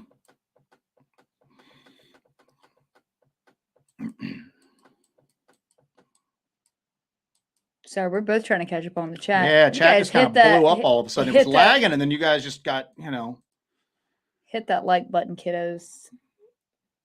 Lady Wolf, I don't know. Who was the elderly woman Ben Hansen spoke to that had tons of paperwork on UFOs? Are you talking about Linda Moulton Howe? I mean, I don't. And what's weird is that there's only so many hours in the day. And we were both Johnny come latelys to the UFO thing. I mean, I was interested in Bigfoot. It was flesh and blood, and that's all I was interested in. Dogman was just ridiculous. I still struggle because when you just step back and you look at it, that's a crazy thing to even talk about, but there's something going on there. Same thing with UFOs. I understood that there was stuff going on. It just had no interest to me until I started to see that maybe there was a parallel to, as above, so below, parallel to what's going on above us to what's going on the ground that we're interested in. So I've been playing catch up because I didn't really pay any attention at all to UFOs other than the stuff that everybody knows, like Roswell, everything like that, until a couple of years ago. So, not today. Saban is following up on the question. He says Geiger counters won't show low-grade radiation that can still cause problems, especially if the radiation is beneath the dermis by the time you test. Another follow-up to this, he follows up with nausea, vomiting, headache, fever, rash, weakness, vertigo, disorientation, skin discoloration are all symptoms of radiation sickness. And if you look at some of those, low blood pressure is another. I have had low blood pressure problems ever since, more than I've always had kind of a cold hands and feet problem, but I've had like serious low blood pressure issues since we saw that light in the woods. So, I mean, she's drinking beet juice. Like, I have to drink. Yeah, I have to drink beet juice and stuff. If you look at the symptoms you just described, and then you match them up with somebody who had a Bigfoot encounter and said they got zapped, other than the skin discoloration, which might even be explained away by somebody saying, "Oh, I was flushed afterwards," the symptoms are very similar, and you can't get around that. And then if you look at the symptoms from high RF exposure or radiation, ionizing radiation, strong electromagnetic fields, those symptoms kind of match up with what people describe as being zapped. Yeah. Infrasound sensitivity doesn't really match up with it, but I guess it could. But my thing is that these people are having these experiences in the woods when they're quote unquote getting zapped by Bigfoot. They're not testing themselves for radiation. They're not testing for electromagnetic fields. They're not testing for RF fields. And obviously, I mean, if this is true, our just basic kind of running a Geiger counter is not sufficient enough to test for anything like that either. I'll be honest with you. I didn't know that it went beneath the epidermis like that. That's something I need to. He said, y'all literally did a Pepto-Bismol commercial for radiation sickness. I was okay the next day. I mean, I felt a little off, but I mean, I wasn't like getting sick or anything like that. So, Corey, thank you for the $5. Hello, guys. Dr. Melba Ketchum is supposed to be testing Dogman DNA. It was the Dogman DNA testing study that I heard somebody told me about that, and I don't. Wait, she's doing it again? Well, she did the Sasquatch DNA study. Oh, Dogman. I'm sorry. So I'm on Sasquatch now. So she did now I'm doing it. She did the Sasquatch DNA study. Dog Squatch. And I'll be honest with you. I don't know enough about DNA. I know that there are regular geneticists that are saying that study makes no sense. But we know how the scientific community has got to toe the line if they want to. I mean, Gary Nolan's in the very unique position. The dude's like a multimillionaire who invents equipment that nobody else can invent. So he's kind of got FU money at this point. He'll do whatever he wants to, But most people have to toe the line. Somebody had mentioned on an online group that I'm on that Melba Ketchum was trying to solicit funds for a Dogman DNA test. I don't know anything about it other than literally what was just typed here. Yeah. So if anybody knows anything about it, put a comment in there. Where did the sample come from? What is the story that's going on around it? Also, Tony Campagna says, I hope Melba handles the sequencing a bit more carefully. There was so much controversy around that first study with the Sasquatch DNA that it's going to pretty much taint anything that follows up for anybody, even people who totally believe in this subject. That's going to completely taint their view of this because there's so much controversy around it. And whether that be generated from carelessness or whether that be generated from the scientific community, like you say, towing the line, or it be, sabotage or whatever it might be. What other factors go into that? That whatever study that they as a group or she performs going forward is going to have that taint on it. Well, it's like this. If I'm correct, yeah, I'm correct. So Melba Ketchum was supposed to be this impartial, observer, this person who was impartial to that just took the job upon because maybe she had a curiosity into it. But then she started writing, like, what did she write? Mystic Forest, I guess, like Bigfoot fiction, So obviously she's somebody who wants it to be true. Right. Okay.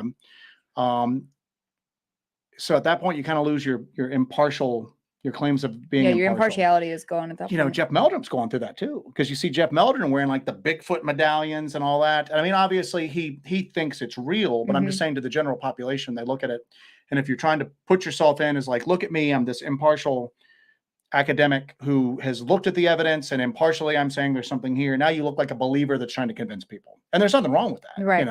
But I don't know enough about the Ketchum thing other than, boy, we talk about David Paulides being polarizing. Right. Melba Ketchum's like very, very much very so, yeah.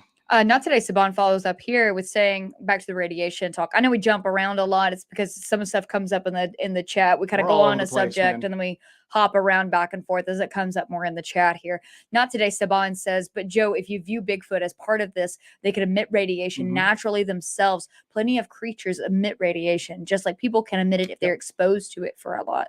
I had mentioned that in regards to like RF or EMF, and that I made an offhand comment one time that maybe these things just shed RF and EMF like we shed dead skin cells. And again, that's not there's no parallel in the natural world for something to be that strong. But if you look at Sasquatch is nothing but a collection of things that there's no parallel to in the natural world. Yeah. You've got this monkey that supposedly can just do things that no other creature on earth can do. At some point, it stops being just an undiscovered normal monkey, But it might very well be. It might very well be. So James Boggs, thank you for the $5. Thank you. West Virginia. Dadgummit. So see, now I'm kind of concerned that I got exposed to a bad amount of radiation. That's got a bad dose. I got a hot dose of radiation. I don't know what it, because again, at the same token, you're in situations where you have high amounts of adrenaline. We've been exerting ourselves all day and all night. Again, we do this all the time, so we stay hydrated, we eat and everything, but still, even people that are, long distance runners can suffer like heat exhaustion, and they do it all the time. So I can't say, I mean, we did test ourselves when we got home and we didn't see anything, but I don't know. I just don't know. I don't know enough about radiation testing of oneself. So yeah, I mean, we looked for, but again, if it's able to go beneath the epidermis, I don't know. So, all right.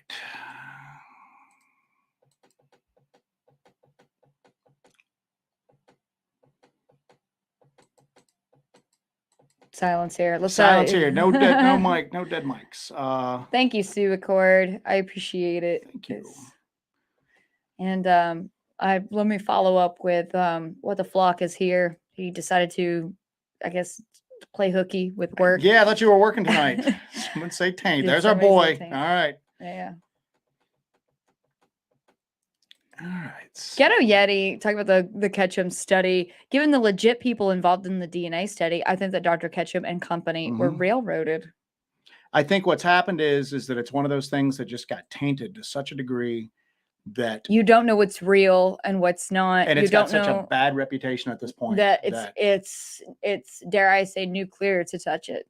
Yeah, it's nuclear to touch it. But they and again, like I said, I hear people debating it online, just talking about it, and I don't think any of them have a genetic, background in genetics. I certainly don't. And like I said, it gets to the point where I don't know who's right and who's wrong. Again, I will say though, the fact that a lot of establishment scientists look down on it is not as big of a roadblock to it being true to me as it would have been a few years ago. So.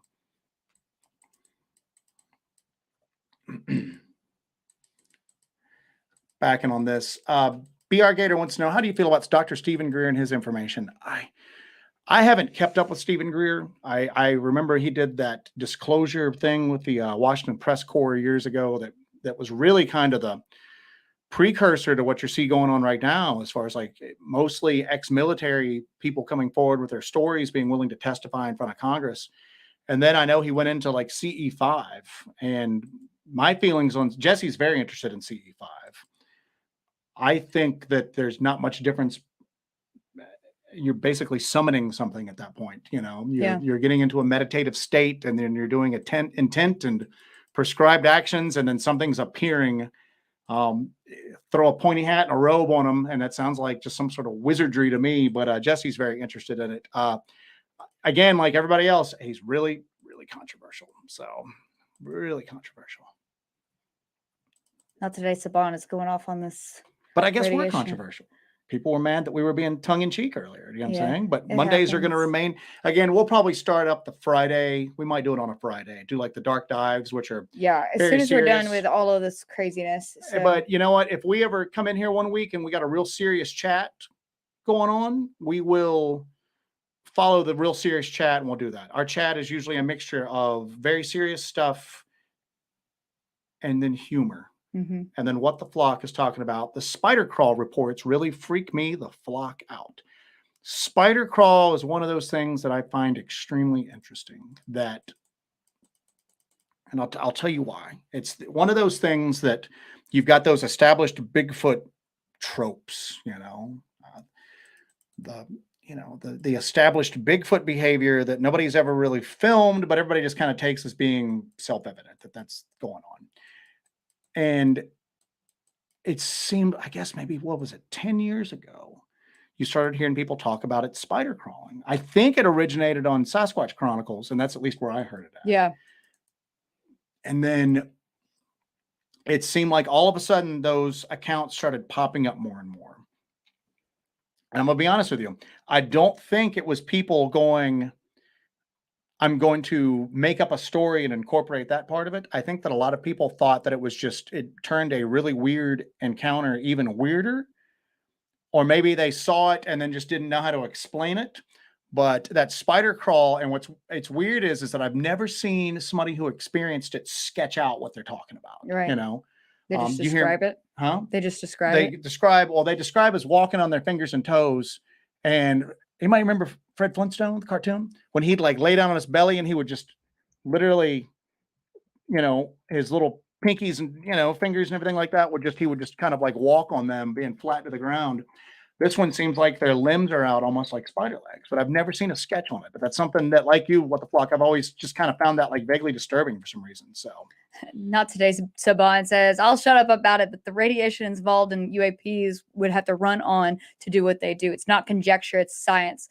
That's why we have lead shields around even the smallest bits of radioactive material. But maybe it's bad. No, I'm not telling you to shut up about it at all. I'm trying to go through everything and read it. And I'm also dealing with the personal crisis of worrying that we were exposed to high enough radiation that we did have the physical effects that people do describe when they're going through radiation exposure. And that does kind of disturb me in a way. I'm going to be honest about that. Maybe it's not even a physical craft that is giving off a radioactive byproduct from its like propulsion system. Yeah. Maybe it is something that is entering our reality, our dimension, whatever you want to call it. And the energy that's released by that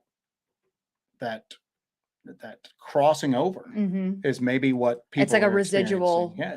I mean, at this point, nobody even. There's a theory going around right now that what we see with UAPs is actually just the weird lights that they're seeing in the sky are not the UAP themselves. It's just the propulsion system of it. Yeah. And that you're not seeing what the actual craft or UAP is. I mean, at this point, it's almost like almost every theory, I won't say almost every, but a lot of theories, you know, you're looking at and going, maybe, I don't know, but maybe that energy that's coming out of just not the craft itself, but a byproduct of how it's able to move at this point. So I think Barton Nunley's here. Hello, what's Barton up, Barton? Nunley. So MK Ultra is in Central Florida Bigfoot. Always a joy. Central Florida Bigfoot. We enjoyed your episode the other day. It was really cool seeing you guys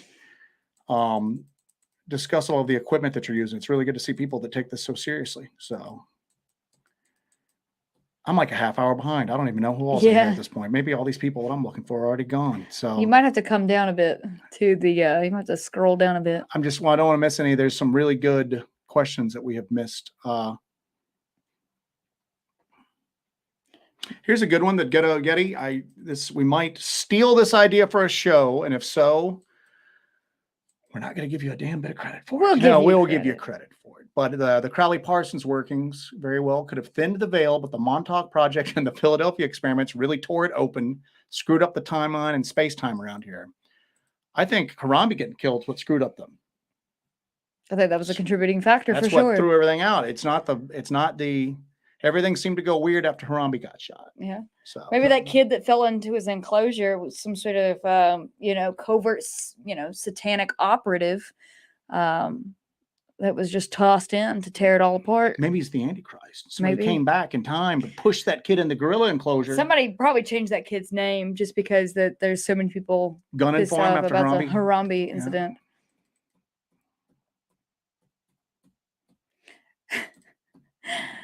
Stephen Bolton says, back in the 1950s, radiation also caused gigantism. Maybe you can do an Attack of the 50-Foot Woman episode in a few months in black and white.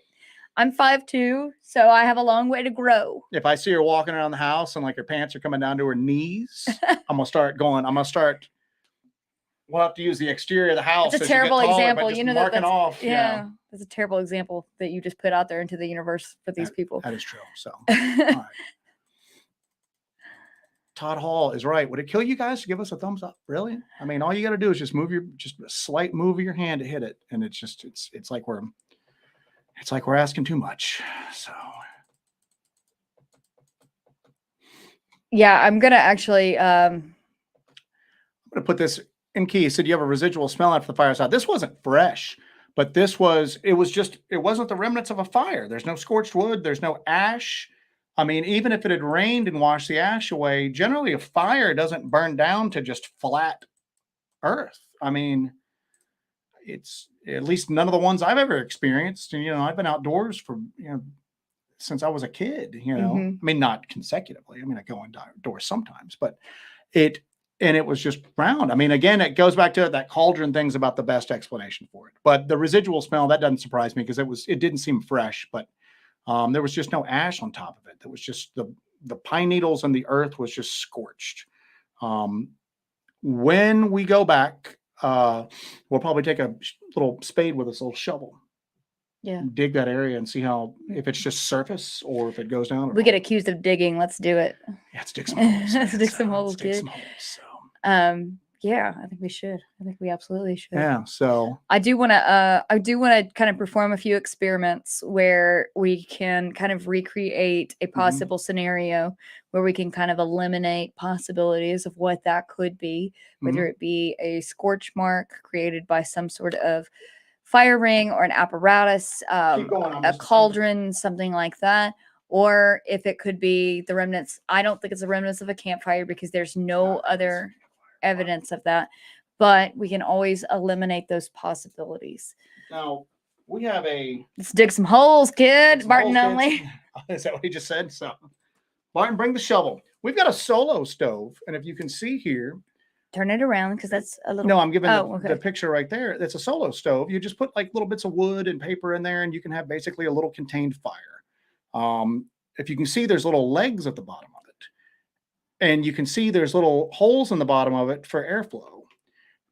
But at the same token, this thing is yay big. Okay.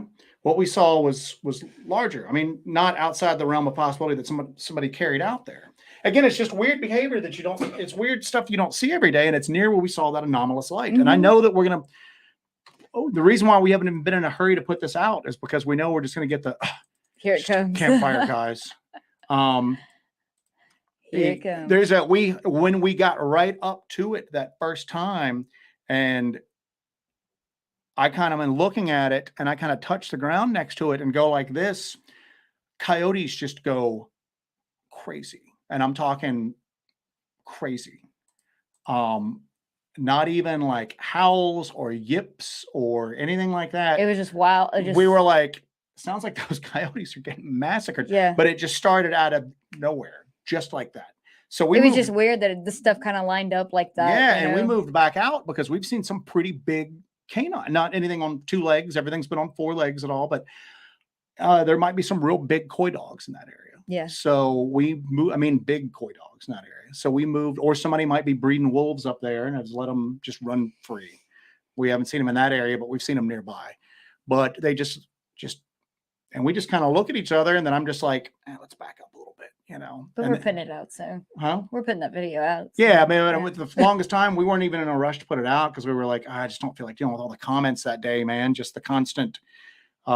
It's just a campfire. It's just it'll a campfire. Happen. So it'll not today, happen. Saban. Let's bring a lighter mood over here. Serious question though. Watch the Inhumanoids episode with y'all. What surgeon did Joe go for with the butt implants?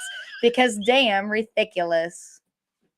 I get picked on about my flat butt like I was almost about every to day say, in this house. Whatever you know what I'm saying? pants you're wearing in that video, you have got to buy 2 more pairs of because your little pancakes apparently look got like a little pancake. Look like biscuits that day. So that's what we ought to do. Is we ought to do a couple of investigations, but get those pants that have the fake butt, like the really exaggerated, like Brazilian, and just never acknowledge it, and then just never acknowledge it. You know what I'm saying? Just never say anything at all. Just be completely. You all aren't taking this seriously enough. And let's address that because I'm sure we'll hear that now too. We take it seriously enough to devote pretty much every spare dollar that we get to it. I'm gonna go out on a freaking limb right now and say that we have probably spent more on this than, I don't want to say anybody, but we've spent a damn good portion. Anything we've made off YouTube wouldn't even cover one of our thermal binoculars at this point. No. Fair? Wouldn't even, and we have several thermal binoculars and infrasound equipment and GoPros and full spectrum cameras. But also, but I'm just saying is obviously we take it seriously. Yeah, but you know, I enjoy the topic too. I want to have fun with the topic. That's also our personalities to make jokes about stuff and have a good time. Yeah. So, I mean, I mentioned last week that I looked at her, we were talking about a life insurance policy and I went, it's pretty irrelevant. We're probably just going to both die in the woods one night, you know? And then we kind of laughed and then just went on to the next thing. So, we don't have any like, what is this? From here, I thought that was a child stuffed into that stove. Hold on 1 second. He said, see, because getting old. See, oh my God, it does actually look getting like old. It does kind of look like that kid is just crawling out of the stove. So, all right. But anyway, that mother's about to be solo with her stove. Yeah. But we have fun with the topic. We enjoy the topic. And again, we don't have any, I'm not under any delusions of grandeur. I see these people and they're like in their basements and they're on YouTube. They're very serious. And it's like, you know, I'm like, I don't have any delusions of grandeur about what we're doing here. Yeah. You know, we're not going to change the world on this topic. At this point, it's a personal discovery and then maybe share it with people that are interested, you know. If we never change anybody's mind ever, I don't really care. Yeah. You know what I'm saying? I think this is a really fun and interesting but it's these way to spend our time and our money and our efforts. Take it so seriously, they lose any joy in it. Yeah. And I'm like, why do you do this? If you hate the subject and everybody involved in it so much, why? If you're not having fun with it, then why do it? Because you're not ever gonna be, like I mentioned last week, you're never gonna be in front of the UN going, at least derive an ounce, like a monochrome of joy, please. Yeah, enjoy it, man. Because it's also a grim subject sometimes, man. You know, it's a grim subject. So Barton says if we dig holes deep enough, we will eventually get to the bottom of these things. So all right, wear my hat like a Rebellious youth. Hello, fellow kids. Hello, fellow kids. Yeah.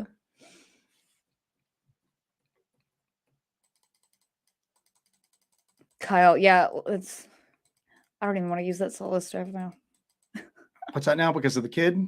You're gonna be. It's a child stove. It's a child stove. So, I will be honest with you, not today, Saban. I am unaware of what Michio Kaku has done with the interdimensional theory. I mean, I will look into that. I did not, honestly, I'll be honest with you. I didn't know that he had anything or what his thoughts were on the interdimensional theory at all. Usually when I'm looking into stuff like that, it's as it relates to, again, I'm playing catch up with a lot of this stuff. I'm looking at people who seem to approach it from a credible point of view, and it seemed to be asking questions as opposed to trying to give you answers for it. So I'm, looking at a lot of Jacques Vallée, things like that. But yeah, I'll look into the Michio Kaku thing. So Central Florida Bigfoot says about your little tiny hiney. Just don't sit in a mud puddle because I'll cast it next time. Oh, that's hilarious. Central Florida Bigfoot really passed up an opportunity. Really passed up an opportunity to really move the needle on this topic. Yeah, he could have cast. Is looking at an impression on the ground, and I couldn't tell what he was looking at. It's on a video. If you guys haven't followed Central Florida Bigfoot, Central Florida Bigfoot is he's in Central Florida and he's into Bigfoot. Very good, Joe. Pretty much summarizes it up. But he's out. Chat GPT will never take your job. That's for sure. He's a photojournalist who goes out and does a lot of really cool investigations, and he doesn't get he is much more grounded than we are. Sometimes we're just going off on too many different directions at once, but that's where it's taken us to a lot of times. Yeah. But he's down there trying to approach this from a photojournalist's viewpoint. He wants to get photographic evidence of it. And he's trained well enough to do it and to take that approach to it. But at the same token, he has fun with it. It's his streams are enjoyable to watch. And there's something that really jokes, but he looks at the ground and he makes something like, I ought to cast that. And I'm watching it on my TV and I'm going, what is he looking at there? That's not a footprint. It looked like a wiener and a couple of testicles. Yeah. And he was just kind of like the Skookum cast, but instead of being the side of the body, it just squatted right down. And then he just goes, oh, I'm not going to cast that. I'm going, why? You should have cast it. He's going to be the Bigfoot CMB guy. Yeah, exactly. The Bigfoot CMB guy. Mandy GV, what's an email? I'd like to send some pictures of something I'd like your thoughts on. Go ahead and put the email. Throw that up on the old Tickerino. There you go. There it is.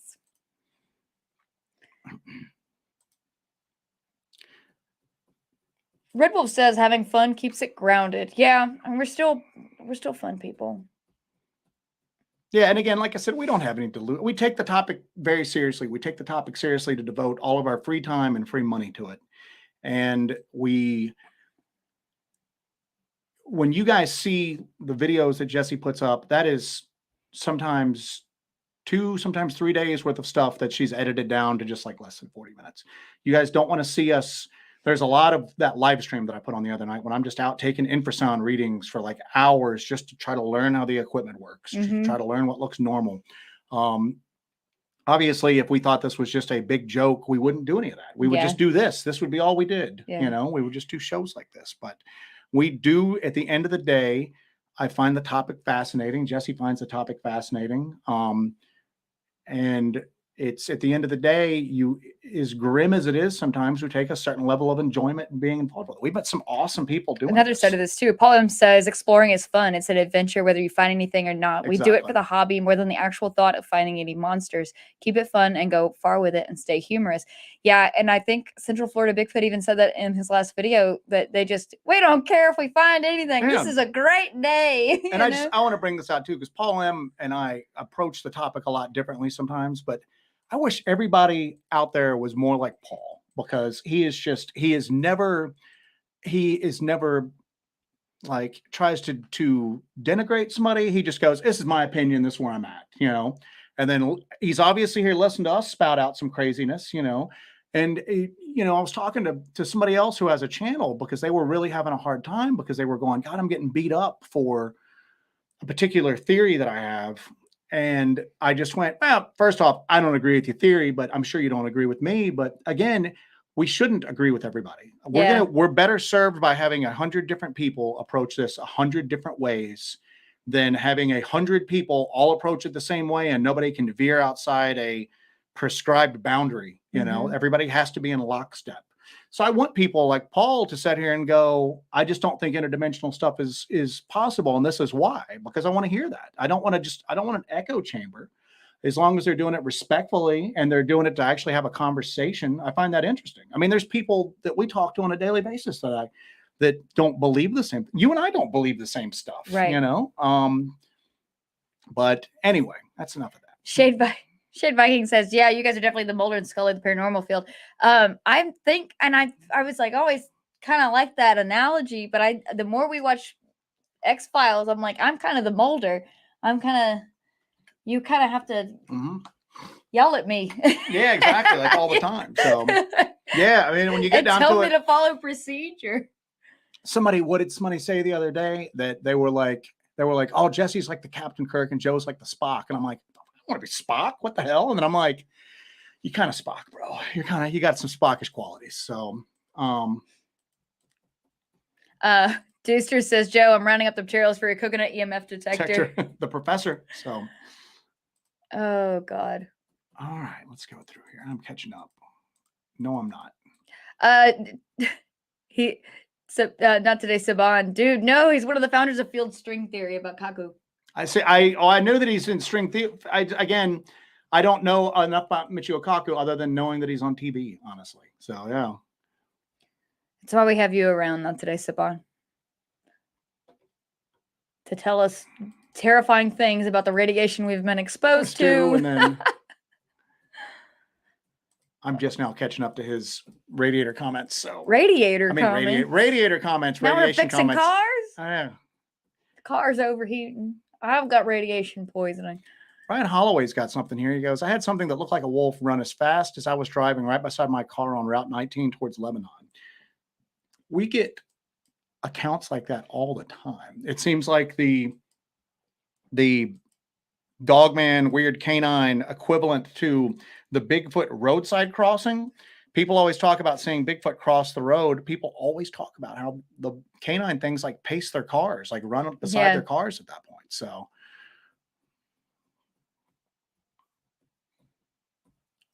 Oh, goodness gracious. What do you got? No, I'm just reading. Hellbenders do rock. I know they're all talking about how awesome Hellbenders are, which is just a given, a fact.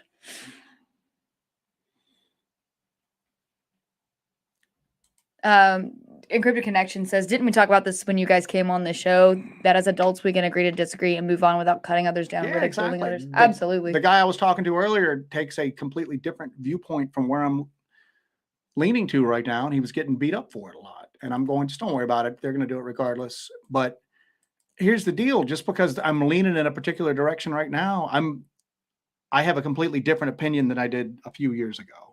I'm probably going to have a completely different, I might be circled back to the undiscovered monkey in the woods like 3 or 4 years from now. Maybe something will happen where I just go, you've got to be willing to I think evolve. that'd take a lot of stress off of us. Oh, good Lord, it would take so much stress off If we me. could go back to the monkey. Oh, good Lord, yeah. That would take a lot of stress out of the situation. My life would be so much easier. I wouldn't be concerned that my thyroid is going to explode and I'm going to die right now. Because the monkey can't do that. The grief that we get online and via message.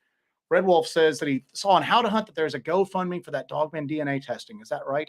Does anybody know anything about that? Because I don't know. This is the first we're hearing about this. I don't know anything about it. So, Pink Dahlia, how are you tonight? Help and Holler, do you guys follow retired FBI agent John D'Souza? He says that the cabal plans a UFO false flag invasion. I also remember Werner von Braun saying that it was coming. We were discussing this in Project Bluebeam earlier in the show. Von Braun had told his assistant that you would have to watch out for a couple of things. It was like, you need to watch out for, like, the Cold War is going to come to an end, and then it's going to be terrorism. It'll always be something. And then I think that, I might be completely wrong, but then it would be like they would warn you about meteors, and then it would go into the false alien type of thing. He's batting pretty well. All right, here's a mind jump for you. Ready for this? Maybe the powers that be, U.S. government, whoever, the Illuminati, know that there is some sort of extraterrestrial interdimensional threat. Yeah. But right now, it's still in its early stages, and they have conditioned the public so well to think it's ridiculous that now they're fighting against that, and that there's no way that they're going to be able to get people on board before it comes through, and they know it's coming. Mm-hmm. Maybe they're going to fake one to get everybody on board in order to get us ready for the real one. But then How do you like them apples? But huh? at what point so then when the truth comes out, this is going to be the boy cried wolf. Will be more. No, because it'll be still on like the war footing. They're still faking it, and then the real. So it's going to happen close enough. Yeah, they got it timed out right. They know what they're doing. How you like them apples? They know what they're doing. That is the biggest load of Are you not crap. going to comment on my damn apples comment? I thought that was hilarious. So, all right.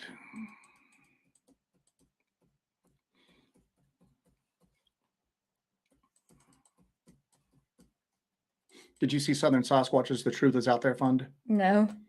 The Truth Is Out There Fund. Oh, sweet. Thank you, sir. We don't really, I make us sound like a couple of martyrs when I talk about this. We're pretty obsessive people. Okay. We're pretty, we have addictive personalities because we just get very obsessed with stuff.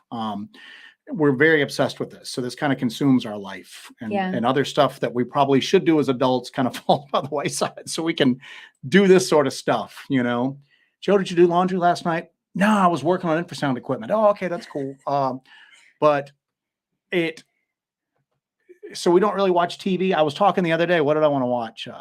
Yellowstone. I was going, wow, I'd really like to watch Yellowstone. Yeah, because you started watching all these like clips. I had them playing in the car while I was driving. I wasn't even watching. I was listening to the dialogue. I opened up our YouTube and I was like, who the heck is watching all this top 10 Yellowstone moments? I would like to watch that one day. I was like, we just don't have time with this. Because for a couple of jokesters, we spend a lot of time on this stuff. But we have started having like the X-Files on the TV while we're doing like stuff around the house. Yeah. So we've been kind of re-experiencing, and it's cool because I never really watched the X-Files that much when it came out because I wasn't really into UFO stuff. I should have worn my X-Files t-shirt tonight. Yeah, but I mean, now we're kind of getting into that. Ghetto Yeti's talking about Paulides contributing to DNA study. Yeah, he did. There was a lot of, I was corresponding with J.C. Johnson back before he passed away, and he had one of the DNA samples. I know Scott Carpenter sent a ton in. David Paulides had some, and I remember correctly, J.C. Johnson had one that they thought that a Sasquatch had injured itself. Somebody out here can flesh this out for me. That there had been a pipe of some sort of piping that had a jagged tear on one end, and some sort of animal had gotten inside of it, and something had pulled the animal out and cut itself on the edge of the pipe, doing so around the jagged edge. And they thought it was a Sasquatch, and JC Johnson got that sample and sent it in. So, and then I think I'm having a complete what was the name of the dude who shot the Bigfoot? Not Rick Dyer. Oh, that guy. I don't know. I cannot remember. I see him in my face. I see him in my face. I see him just so. Hey, while he's looking this up right now, I think he submitted like one of the stakes that they supposedly had off it. So, somebody commented, I think it was Red Wolf up here, like monkey or something like that. You know what that made me remind me of? When you guys watch our video on Wednesday, I'm gonna release that video on Wednesday. There's a part in the video where I was editing it, and I was showing Joe the video yesterday. There's a part where I take the camera, and I guess I look at it, and then I put my face right into it. And Joe goes, that looks exactly like the monkey that took the selfie. Yeah. So when you see that, if you watch the video, there's a point, and I don't know if the camera's on, I guess. I don't know. But I have like this, and then I just go right into it. I just kept it. So I just thought, here you go, monkey. Scarborough Sasquatch Station. Hello, if you're still on here. You're most likely to be infected by infrasound when searching for cryptids. Possibly. People are being affected by something. To my knowledge, nobody has tested for infrasound yet. People have picked up audio distortion on recording devices. That might be some sort of electronic stuff. Nobody has actually tested for infrasound yet. That we know of. That I know of. I might be wrong. There might be somebody else out there with a different setup that's actually designed to detect and measure infrasound. But again, nobody, you won't know until you try with it. And a lot of these, again, it's a lot of these like Bigfoot tropes that people, like, you know, tree knocking. I mean, you're just hearing weird pops and thuds, and nobody's ever witnessed or filmed a Sasquatch doing tree knocking, but we Yes. associate that with it. We always talk about a lot of Class B stuff, you know, the weird moans and the smells and the cries and rocks being thrown at you and the knocking. If you were in a haunted house, if you were in a house, you'd think it's haunted. Yeah. You know, you're in the woods, you immediately ascribe it to Bigfoot. Maybe that ain't Bigfoot. Pink Dahlia had wanted to ask if we ever thought about biosensors. And who was it that was it? Jill Duck that was on here? Jill Duck, yeah. Mentioned that we ought to wear some sort of wearable tech that would measure. I mean, we have things that test our pulse rate and our temperature right now, but about treating ourselves as biosensors. And I don't think we've really done that yet. What would somebody suggest as something that you could do, like a wearable, I guess? Would it be something like a Whoop band? I mean, we test our pulse rate because we knew when your pulse rate dropped that night. Yeah. But above and beyond pulse rate and temperature, I don't know if there's a way to really oxygen monitor saturation. I don't know. Maybe that's something to look into. I don't know. If anybody's got any ideas, please leave those, and we will steal that idea. And this is kind of a white pill. I know we get black pills all the time because we get we give them black pill directions sometimes. This is kind of a white pill. The downfall, Stephen Bolton says, the downfall of cabals is that they're human. Mm-hmm. Even masterminds get sloppy. They squabble. They read their own press releases. They get sick. They die off. They hire yes men, etc. They all crumble. That's kind of a white pill moment, you know? Don't take that down yet. That there is... You getting that? That's a great comment. I'm going to that there is going to be there's an ebb and flow to things, that even if these cabals do come together and seek this dominance, I mean, even the Soviet Union fell, you know, Rome fell. There is no eternal empire. But that's what makes me think about the cover-up aspect of it, is that I'm gonna back up and I'm gonna correct myself here, because I'm like, a cover-up for physical evidence, it's damn near perfect all the time. Maybe it's not, though, because again, look at what a good job, especially with social media nowadays, that people have been conditioned to just ridicule these topics, you know? Yeah. So maybe there is evidence that's been out there and it's been ridiculed away. Maybe there's somebody sitting out there with something stored up in their attic that would just change the world, but they know that it would just completely also ruin their lives to come out, you know? So maybe by that same token, just as these cabals die, maybe some of these people that have evidence squirreled away that don't want to deal with it, maybe it's waiting for their grandkids to find one day. I don't know. That was a great comment, though. Thank you for sharing that. That was very insightful. I thought I'd have to share that with the class. Kim Drescher, thank you for the $10. Yes, there is a Dogman DNA study. Check out Scott Carpenter. It was also posted on Isdal's page. Yeah, I'm going to look into that and see what kind of information is out there. Somebody else mentioned a few minutes ago that Doug Hychek was promoting that. Oh, really? Okay. So, well, all right, here's the deal then. So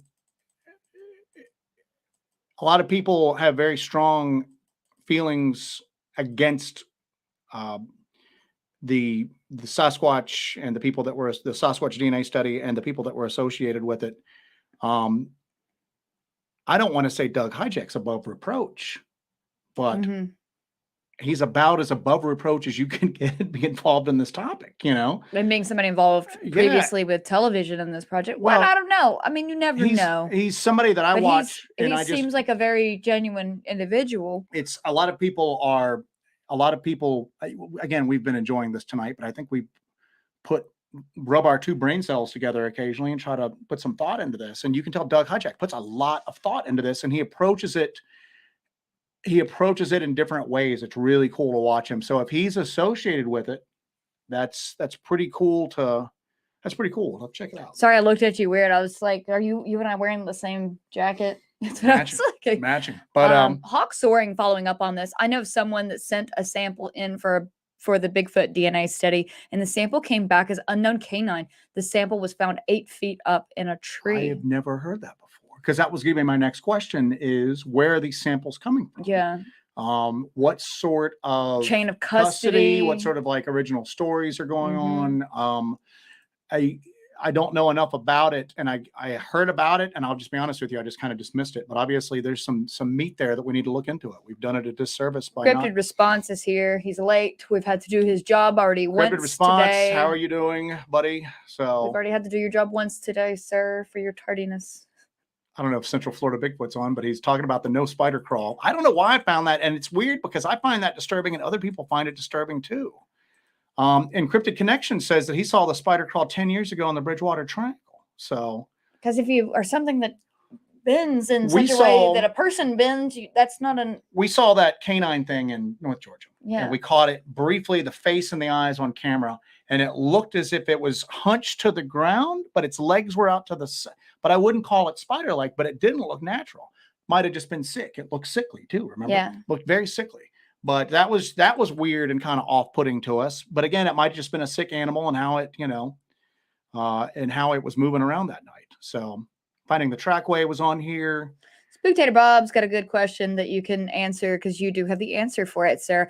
Spooktator Bob says, can infrasound be detected in the ground with special equipment similar to seismographs? I once read that elephants communicate through the ground with infrasound that they can feel with their feet. Go on. Equipment that we have, actually the monitoring software, if you watch that short live video that I did that night, is Amasize. It is the same software that amateur seismologists, whatever you want to call it, people that are into this stuff on an amateur level, and even some people, colleges and whatnot, will use that with seismographs and geophones in order to monitor and detect seismic activity. This, because it's vibrations, right? So sound waves are basically, at the end of the day, your ear doesn't pick up sound, it picks up vibrations. Yeah. Things in your ear, all that picks up vibrations and then translates that into my voice, me tapping, everything like that. Your ear is picking up the sound wave, the mechanical vibration that comes off of that. So as far as can it be detected in the ground, I don't know. And that's where I'm getting to right now, that this is a great question. My thing has always been that if a Sasquatch is generating infrasound, elephants generate infrasound like you just discussed, and some of it is soaked into the ground, other it's transmitted through the air. I don't know. That's a good question. That's a very good question. Water is a much better medium for that sort of thing to travel through than air. Okay. Is water's not a better medium for sound to travel through, is it? Yes. Oh, it is? Oh, yeah. That's why elephants will use it for infrasound, will stretch miles for elephants. Oh, okay. However, you don't hear about people suffering these zapped effects when they're in proximity to elephants. Right. Whales will be able to communicate hundreds of miles because at the end of the day, air is a really inefficient medium. Mm-hmm. Okay. But totally nerd out for a second. I don't care if we lose every single watcher on here. I'm just going to go for it. You always hear about people go, oh, well, the vibrations, it shook the aqueous humor in my eyes and then I hallucinated. That all goes back to a NASA study where they tested vibration on astronauts. Those vibrations weren't going through the air. They were on a table. They were strapped down to a table and the table shook because a solid transmits those vibrations better than the air. The air is a pretty piss poor medium when you get down to it. So for your thing with the ground, it is possible because if infrasound is being used to cause these physical effects, then something is out there that is, we would assume, smaller than a whale and smaller than an elephant that's able to generate infrasound that far exceeds what they're able. And let's throw a whale out because, again, water, the medium. Let's talk about elephants. Something that we would conceive of being smaller and conceivably having smaller lung capacity than an elephant is able to generate infrasound far greater than an elephant can and use it in ways that elephants can't. So as far as the ground aspect of it goes, that's a really good question. And I just don't know yet. most of the infrasound that you're subjected to over the course of the day is mild. And it is from airplanes, from weather causes, things like that. There's not a lot of, unless you get around certain types of machinery like wind turbines, there's not a lot of stuff that's in proximity to the ground, that's attached to the ground, sending off infrasound. So I'm so glad you brought that up, because that's one of the things that we're trying to look into, because I don't know in this case. We need to try to test this equipment near a pretty sizable wind farm installation to see what we get through the ground, and then what I get when the same piece of machinery, take readings with the machinery on the ground, with the device on the ground, and then elevate it up. Now, it's still going to have some sort of connection to the ground, some sort of connective medium, but at the same token, I don't know. I'm glad you asked that question, because that's something that we're still in the process of looking into, because again, I've got the equipment, but we're still figuring out, there's no manual that's written on how to use this equipment. It's a lot of trial and error with some of this stuff, and you don't know what data you're getting sometimes. The equipment that we have is mostly used by people looking, it's used for a couple of different applications. It's using for amateur astronomers who are looking to detect meteorites entering the Earth's atmosphere, because they give off infrasound. So what they do is that they have this equipment running all the time. They pick up spikes of infrasound. Then they use that to check their telescopes to see if they can pick up a meteorite entering the Earth's atmosphere. So they use it like that. It's just rigged in with other equipment, and it's stationed permanently. People use the same stuff in wildlife preserves in Africa for elephant research, to do that, to try to detect how the elephants, and try to understand how they're able to communicate over several miles worth of distance with infrasound. But again, that's a stationary piece of equipment. The one that we have now is, and you have to have it hooked up to a computer, otherwise you're just staring at a steel box. Right. The one we have, there's a lighting indicator, but it's not accurate with well, but it tells us, though, it gives us a range. So if we start getting into the upper levels, so it's functional, but it's not, you're not going to get the level of accuracy that you would have. I won't have it to, I won't have it to like the decibel, but I'll have that it's something that doesn't occur in nature, and then we also have it hooked up to an exterior power source. We can run it off a 9-volt battery, because it doesn't need that much power. Eventually, I want to try to get a mini computer to take with us with a small backup power source, so we can have the whole kit and caboodle. But the way we've got it set up right now is that I can set it down, stabilize it, monitor for infrasound, and if we start getting really strong infrasound, pick a likely direction and move in it. If the readings get weaker, we'll head in another direction. See if we can try to vector ourselves into it then. So. Central Florida Bigfoot says, water, I believe, is the key to the point. If they do exist, I would think they lay down in the swamps a lot for hearing vibration and to keep cool. It just makes sense to me. See, that's why we like Central Florida's Bigfoot channel, because he thinks outside the box too, man. He tries to really kind of put into it, and everything he just said made sense, makes sense. I think that if these are just flesh and blood creatures, that a lot of the suburban and just, state park sightings and all that are misidentified things. I think that if these things are flesh and blood, just terrestrial creatures, they're existing deep in the mountains and the swamps, or in the Pacific Northwest, areas that are extremely.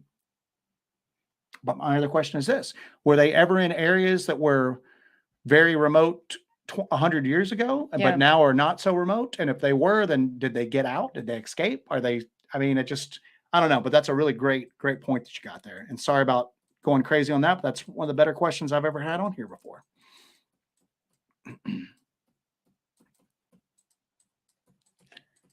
Going through the chat, everybody, make sure you hit that like a Reno button, Rano. Not today. Saban says, you take a money shot of radio waves, even low grade, you're going to have a bad day. I'm reading a lot about that as far as the physical effects of radar and how United States, like fighters, like jets, will have a thing that when the landing gear starts to come down, the radar system cuts off, because the radar system on like a jet can basically just microwave the heck out of you, with it. So and that's what I'm looking at is it an infrasound, or is it something more exotic that's doing that? So Lady Wolf says, we've had a crazy amount of whales and dolphins wash up dead on our beaches here in Jersey, yet they're blaming the barges when there's a bunch of wind turbines just put offshore. I was telling Joe about that story the other day. I was like, this is bad. These are the unintended consequences of really pushing forward this kind of technology without knowing what is what the effect of it is going to be. Sorry, there was a loud noise outside. Without knowing what the unintended consequences are going to be. And things like whales and dolphins are affected by infrasound. So, what do you think? I mean, there's so many theories about what it could be. What is causing these whales and dolphins to wash up on shore? Do you think it's affecting their navigation system? Well, there's a reason why they're still navigation system, like they're robots, but like the way they navigate, don't they use? There's infrasound? A reason why they're still studying this is because they don't understand. You don't understand it. Yeah, they don't again, understand it. All this stuff that comes back to with zapping and infrasound was from is it Muggenthaler? Muggenthaler. There was a bioacoustician by the name of Muggenthaler who was talking about tigers and how they figured out that tigers were giving off infrasound. And she goes, we think that they might use infrasound to stun their prey. And everybody heard that and just ran with it. Yeah. And then even though subsequent studies into tigers and infrasound determined that tigers don't even necessarily use it to communicate per se, they use it to warn off rivals out of their areas. They emit infrasound so that other tigers know, if I want to go into this valley, I'm going to have to tussle with another tiger. It's a unique, like, biological acoustic marker, but it one of the other applications, commercial applications of the same equipment that I'm using, is that infrasound sensitivity, infrasound doesn't make you get nauseous and everything like that, but it does have some physical effects. You get irritable. It causes disruptions to sleep patterns. It causes some minor balance issues. And you know what? That doesn't sound as bad as what some people have reported with zapping. It's not something you want to experience every day because your house is under bombardment from infrasound. So what happens is they use this equipment to monitor infrasound levels to try to fight wind turbine installations going in their neighborhoods, to try to prove that this level of infrasound is coming off and it's detrimental. So basically to help out the lawsuit to get a wind turbine facility away from your home. So we know that wind turbines put off infrasound. Most of the studies that are going on right now, it's not bioacousticians. It's not people that are involved with wildlife studies. It's people that are involved with how is wind turbine infrasound affecting mankind. So wind turbines put off a ton of infrasound. That's why we want to test our equipment near it to see what we get. So possibly these animals that use infrasound, like turkeys. Was it turkeys that use infrasound that we? Peacocks. Peacocks, that's right. So, but like whales and dolphins, maybe the whales are hearing this infrasound and it's telling them to either go away or come here. And that's what's causing it to happen. But Jesse mentioned that. That's why I hit her when you said that, because she had asked that and I'm going, I don't know. And I don't think anybody knows. So. Kim Drescher, thank you for that. From information regarding quantum physics in the past few years, I really am beginning to wonder if we live in a simulation or a holographic matrix. You get to that point, it's one of those things like where, like the brain in the jar theory, you can't really, at the end of the day, you can't disprove that you're just not a brain in a jar. That an evil scientist is pumping stimuli into. I did hear somebody go on to, and this is probably well known, I don't know, said that mathematically speaking, there was a greater chance of us being in a simulation than not being in a simulation. That's terrifying. That is terrifying. See, I gave a white pill earlier. Now we're back to black pills. Now we're back to black pills. So, anyway, I'm just back down to, I'm just to the butt implants comment right now. That shows you how you really? I'm like 40 minutes behind in the well, I have terrible news. I've got to run and run to the restroom. You go see Man About a Dog. I'm gonna go see Man About a Dog. And it's that time. Oh, I can't wait. We have studio space. Guys, I'm going to jump way ahead in the chat because some of these people that ask questions might not even be here anymore. I'm so far behind. So let's do this. Deucer's dipping out. Shade Viking's going to win the lottery and finance a helicopter. All right, so let's go up a little bit, and then I'm going to work my way down. Ghetto Yeti's talking about how allegedly radar is what brought down the Roswell craft. I don't know if you guys are familiar with somebody by the name of Mac Tonys. He passed away pretty early in life. He's somebody that's becoming a pretty big influence on how I look at a lot of this stuff. He wrote a book called The Crypto-Terrestrials. And it's similar to there's a lot of commonalities between what he talks about and what Jacques Vallée talks about in Passport to Magonia. That a lot of the Fae phenomenon, elves, everything like that, the fairy, the Fae, how that there's a lot of correlation between that and modern day UFO alien, and especially the alien abduction phenomena. So MacTonies talks about how he thinks that there is another intelligence on this earth that is basically like a sister species to mankind. There's not as many of them as there are of us. We have overwhelming population, advantage over them. And they have technology that's greater than ours, but not that much greater than ours. And it's not advancing at the same level as ours is. So maybe they were extremely advanced when we were basically just getting out of the Stone Age, and still really advanced when we were in the Iron Age, and a little less advanced than us when we got in, the Industrial Revolution happened. And then now we're getting closer and closer all the time. But his thing is that the technology, since we got right around the period of World War II, their technology hasn't been that much more advanced than ours. On the grand scheme of things, you're not talking 10,000 years. Maybe you're talking 500 years more advanced than we are. Maybe nowadays they're just 100 years more advanced than we are. And that's why we're starting to pick them up on a lot of this detection equipment. But he talks about that. He talks about how you always hear about, well, a craft that traveled untold light years to get here would not be affected by something called radar, something as simple as radar. That's saying that they developed in the exact same fashion that we did. Maybe something that's commonplace to us would not be commonplace to them. You would think that they'd be prepared for that if they came here, and they probably would be. But what if they are a race that's not as advanced as they want us to believe that they are? That there's some sort of deception, some sort of cosmic deception going on, and they are susceptible to things like that, like radar. Maybe they're susceptible to missiles fired out of, I don't see something like the Tic Tac being taken out of by a missile fired off like, an F-15. But at the same token, maybe there's different types of craft. There's a world of difference between the probes that we send to Mars and a two-seater Cessna that's just flying around at this point. But you are correct that there's a train of thought that says that radar is what took down Roswell. Good night, Lady Wolf. She's going to bed. Abnormal Investigations in the house. How are you? Hope you're still on. Just a few minutes ago. I think there's a possibility there from the Nephilim that they possibly have coax cords like Satan did. I don't know what coaxial cords? I don't know. I don't know what a coaxial cord is. That. I don't know what a coaxial cord is, to be honest with you. He made beautiful music. Maybe that's how they make the sounds we hear. Possibly. I mean, there's a big thing. I mean, the Nephilim is a big, big thing. Let me posit this to you.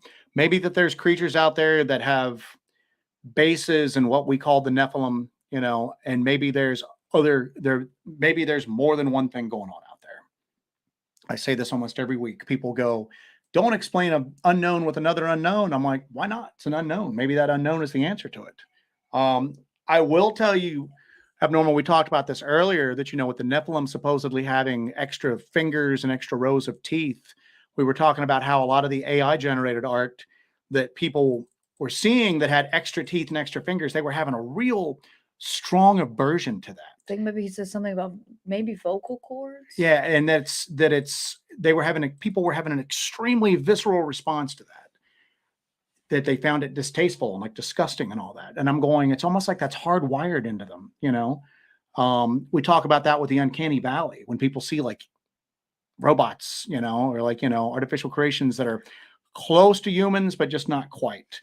You have that instinctive, you're repulsed by it. So you're suggesting that it's hardwired into humans from a previous time, from a to previous be wary era? of things that have extra teeth and extra fingers. Like that it's just it's part of our evolution to. Well, they use the uncanny valley, and they go, well, there were other humans on Earth. We coexisted with Neanderthal and everything like that. And I'm just like, well, you can see forensic reconstructions of Neanderthals, and you don't have a visceral Vocal cords, you response. said. Oh, That's what vocal it was, cords. yeah. Okay, you don't have a just a visceral response to that, Mm-hmm. where you're just, but you get that with the uncanny valley. So it doesn't seem like we developed the uncanny valley sensations because of other, hominids that were running around the planet, other forms of human. Yeah, you don't have that freaked out disgust by looking at, but apes or other hominids. As soon as they started talking about how people were just being like having like really bad reactions to things with extra fingers and extra teeth, I went, maybe that's from our ancestors who were dealing with creatures with extra fingers and extra teeth all the time. So, or we've already come across this. We're in the after that. We're on the second end of another evolution of our society. Like Graham Hancock says, we had already gotten to this point, and something really bad happened with AI before. Knocked us all down, and we have that collective memory. Dead Yard Hunt. We're back to the donkeys, man. I was actually wondering earlier when the donkeys were going to rear their donkey heads. So, yeah, Richard Cox says our emotional reactions are built into our DNA. It's called instinct. Exactly, and it's something that's there that I keep going that I've never heard a good explanation of the uncanny valley unless our ancestors had to be on guard for something that looked human but not quite. And it is a very, you almost recoil back from them. It's an uncomfortable feeling. And you only heard that in, early iterations of, like, let's just call them androids, Right. And people would see it and it kind of moved and it was kind of human-like, but not quite. And people found it disgusting. But then you never really saw the things that you're seeing with AI art before now. The extra finger, the one that I saw that were people at a party and they're holding drinks and cell phones and all that. And they've got extra teeth and there's extra fingers. It's like terrifying is a little bit too strong of a word. But you kind of physically repel from it. Just, it doesn't seem right. Yeah. And you don't see that. Like if maybe you see things in like movies, you see, aliens that are kind of human looking, Star Trek, Star Wars, stuff like that. You don't get that feeling, but then you just see what are otherwise normal looking humans just with extra teeth and extra fingers. And you're just going, get me the hell out of here. So we are also red pilling Shade Viking. My brain is being flooded with info every show I watch on YouTube, like some drug. Hey, I guess I am hooked on this stuff now. It's too late to turn back. I took the red pill and now I am awake. It's exhausting sometimes, man. Like I said, I mean, I did, I read my cell phone tabs, my browser tabs out here last week, and it was just, it's exhausting sometimes. Deer in Headlights says, what do you think zapped those people in Cuba and made them sick? I don't know, and nobody else does either. Gary Nolan is looking at it. That's how he got involved with it. They first thought it was a sonic weapon. But there's physical effects that are not related to sonic weapons that are showing up. They're having basically they're having lesions is a oversimplification of it, but they are seeing patches in people's brains when they do MRIs on them, like CAT scans on them, that they see patches in their brains where the brain matter is deteriorating, for lack of a better word. Holes in your brain, let's just say. Your brain's been Swiss cheesed. They thought it was a sonic weapon at first, and then they thought that was one of the things that was leading towards infrasound, where I was going, maybe there's a chance that infrasound's true because these are obviously directed weapons. They're hitting certain individuals, not others. Well, they came out recently and said that it's not based on sound, and they don't think it's based on radiation, but they don't know what it is. Yeah. And people were going, well, if you don't know what it is, how can you say you don't know? You say you know what it's not. And I'm going, well, because they can test for, if I have equipment to test for infrasound, I'm pretty sure the U.S. government's got stuff that, for sure. that little band of weirdos up in Virginia that cobbled this together for me has stuff that they would only dream about. And so you can test for it and then go, well, this is happening, but we're not detecting infrasound. We're not detecting radiation. At this point, they have no earthly clue what it is, other than the fact that people that are having up close UAP encounters are having similar physical effects afterwards. Yeah. So now that's a hot topic because that's just now coming out on a wider scale. There's a lot of people that they've overlooked on. And there's a lot of people involved in the study where they're looking at these people. I mean, it's maybe 1,200 people that are involved in, and you're not going to get a lot of information because these people are That was me scraping my foot on Oh this. my I'm God, sorry. that scared me. You're not going to get a lot of information because these people are alive and these are people's medical records. Yeah. They do deserve privacy in that. But there's like 1,200 people that are displaying these effects. Yeah, And but there is no answer for them or their families. they Nobody don't, knows or if what's they have an going on. answer, they're not sharing it yet. Oh, And that's yeah. the other thing you got to keep in Yeah. mind is that if it's something that another parallel between like physical cryptids, whatever, entities on the ground, stuff in the air. If there are literal monsters in our national parks and our forests, and they know they're there, but they don't know what they are, they can't stop them. They can maybe sometimes corral them a little bit, but they just can't stop them. Mm-hmm. They know they're taking people. They're not going to come out and tell us that. No, absolutely. And it has nothing to do with money. Well, the timber industry, no, it has nothing to do with that at all. It's a drop in the bucket, grand scheme of things. It would mean that they do not have control of that situation. And they have to admit that they don't have control of it. And they have to admit that they've known about it. Because keeping the illusion that they have full control over every situation is necessary to keep the population under control, not only on this aspect, but every other aspect. As soon as they lose the illusion of total control, then society completely breaks down. And it's the same thing with alien abduction. We know that these entities are coming from somewhere else, and they have technology that we just don't understand, and they're taking people, and we can't stop them. And you're not safe in your house. Now, it doesn't happen all the time, but it does happen. They're not going to come out and say that, So maybe they do know what's going on with Havana syndrome, and maybe what's going on with I just had a thought while I was, and that's why I just kind of short-circuited out. Maybe they know what's going on with these UAP effects. They just don't want to admit it because the truth's too bad. Yeah. How about, so we know that these physical effects are caused by interactions with UAPs. Let's say that the common assumption that UAPs are extraterrestrial technology is correct. Havana's in Cuba. Cuba's a communist country. They are not an ally of the United States. Maybe one of our foreign adversaries has come into contact and has come into possession of alien technology, and they're weaponizing it, and they're testing it in Cuba because it's a convenient place to test it in. It's far enough from their soil. Cuba, they can do. Yeah, it's a controlled environment. It's not in China. It's not in Russia. It's not. And you're in close proximity to Americans, and you can just do it. Yeah, maybe that's the case. Maybe that's what's going on. Heard it here first, folks. So, oof. We're going to have a no black pill rule for the rest of the episode. Yep.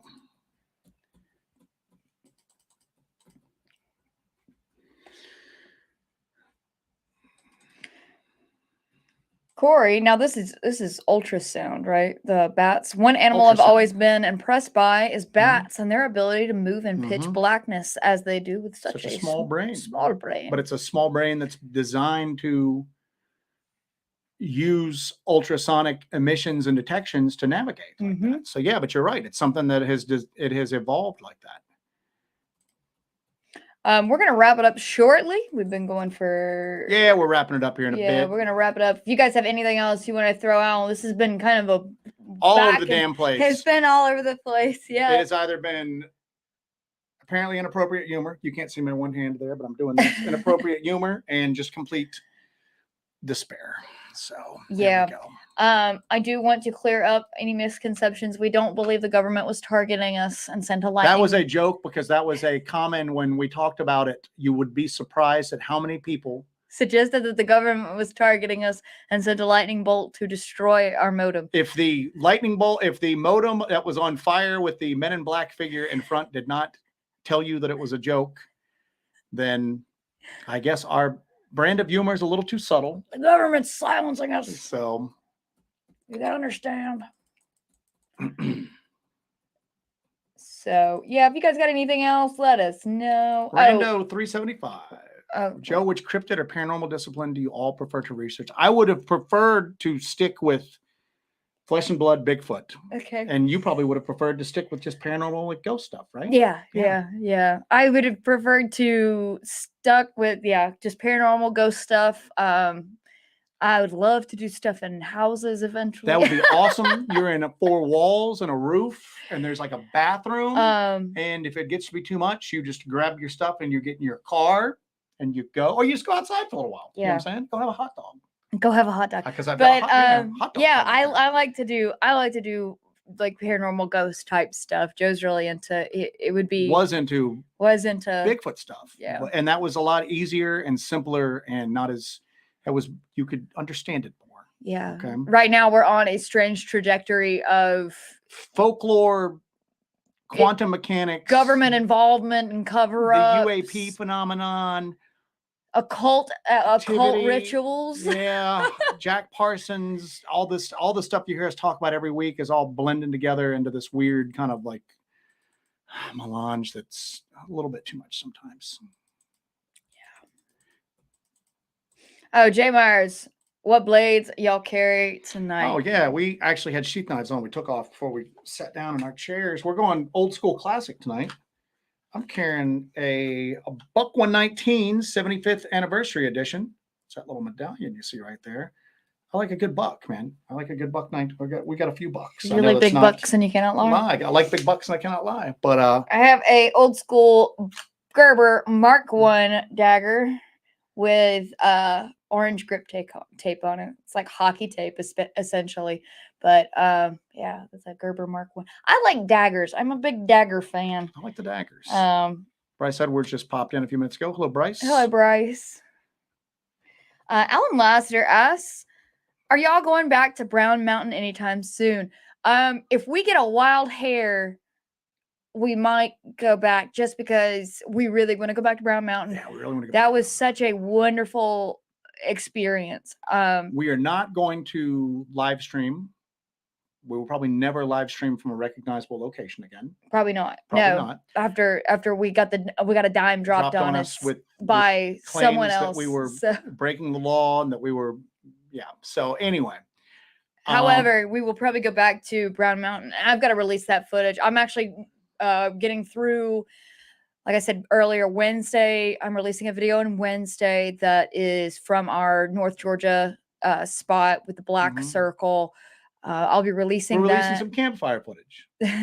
There is a follow-up to that should come the next week. And then I think we're going to be on to Brown Mountain. And then we'll start getting our LBL stuff out. So that's kind of my timeline right now. So we're months behind right now, basically, is what we're saying. So. It's okay. I'll have stuff for you guys. But we are going back. Because we had such a wonderful time going to the Brown Mountain Lights. I was so excited to do that. That was absolutely fantastic to do. Anyway, Abnormal Investigations. I don't know if you're on here or not. Abnormal Investigations. He's been releasing some stuff as far as due to his own personal experiences and what he's found in his investigations. He doesn't think that portals are really happening or occurring right now. We saw something, and it was like an orb. It's not an orb, a portal of something. I was actually talking to him earlier today that I'm interested in seeing what he has to say, because he is somebody who has a different opinion than us, who also is speaking from a position of educating himself on it. You know, he's had personal experiences. He speaks to witnesses. It's always good to get a different perspective when you're doing this stuff. So I'm looking forward to what he's got coming out on that. And you know what? I'm open to see what he has got to say for it. Again, because this is somebody who also takes this seriously, who's coming away with something different than we are. Yeah. So it's good to see that. I'm interested to see that. So Moondog Davis, personal note here. Did you guys settle on a new place to live? Yes. Working on it. We are working on it. So we got one more hurdle to get over, and then we should be. So a new studio is going to be in the works shortly. Doesn't matter. I always got to say, man, this is guys on fuego. You're on fire. Fuego. Men in Black are often described as human-like, but slightly off. That is a very good point, and one that I have never tied into the uncanny, valley before. They are. Maybe we have been experiencing Men in Black throughout the ages, and they are the genesis for the uncanny valley thing. You guys are like brilliant. All right, let me take another. I have to do the screen capture here so I can look at these later on to A, remember who said it. B,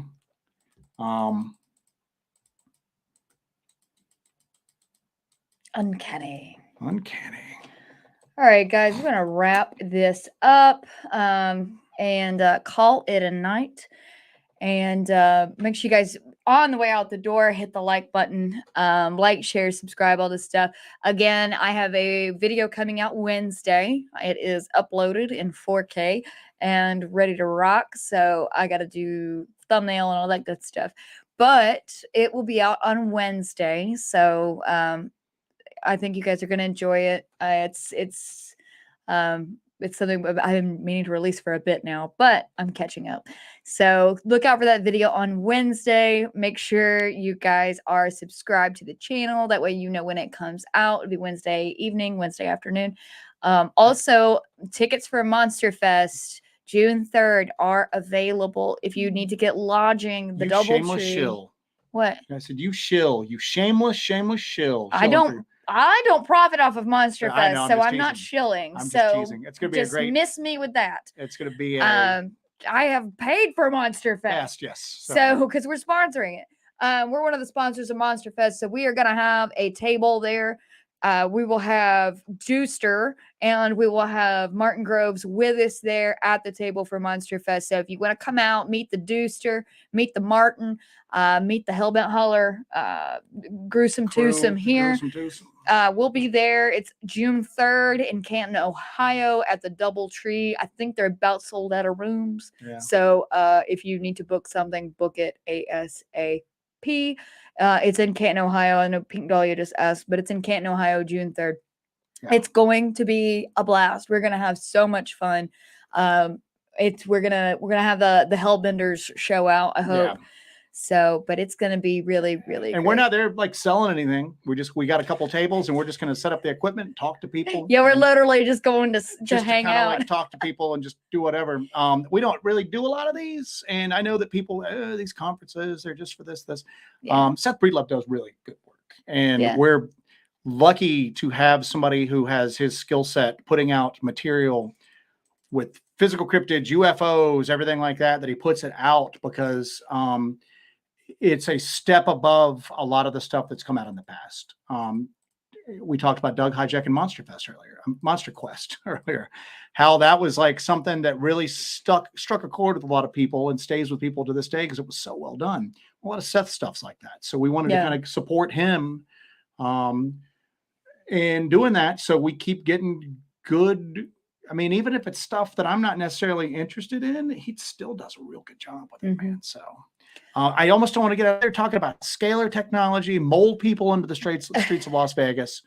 I'm starving. I've got to go make dinner. Yeah, we got to go do dinner. So let's see. Here we go. Jay Myers does say if you go to Monster Fest and can't find Jesse, listen for the cicada call. So that's how you will be able to pinpoint. And what would we listen for exactly? Sounds nothing like a cicada. So anyway, all right, guys, we're wrapping this up. Thank you guys for coming in tonight. Thank you guys so much. We really appreciate it. We're going to play some music while you guys say goodbye to each other. Thank you guys for joining us again for another awesome Monday night. And I'm going to go do something about my possible radiation poisoning. I'm going to go make dinner. And I just want to thank you guys, as always, for being part of this. We wouldn't be able to do this without you guys joining us and participating in this conversation every week. We really look forward to this. And cross your fingers, we get this new spot so we can have a nice little studio. And we can make space will go next level. Yeah, and make some more and varied content because we'll have space to do so. So anyway, look out for that video on Wednesday afternoon. That'll be out. I hope you guys enjoy that video, and there's more to come from there. I'm working on the other one now, so keep an eye out for that. Thank you for joining us, and y'all have a wonderful night, and stay safe out there, and good night. Joe, got any parting words? I got nothing. Joe's got nothing, as usual. He doesn't ramble for 4 hours or anything. Bye, guys.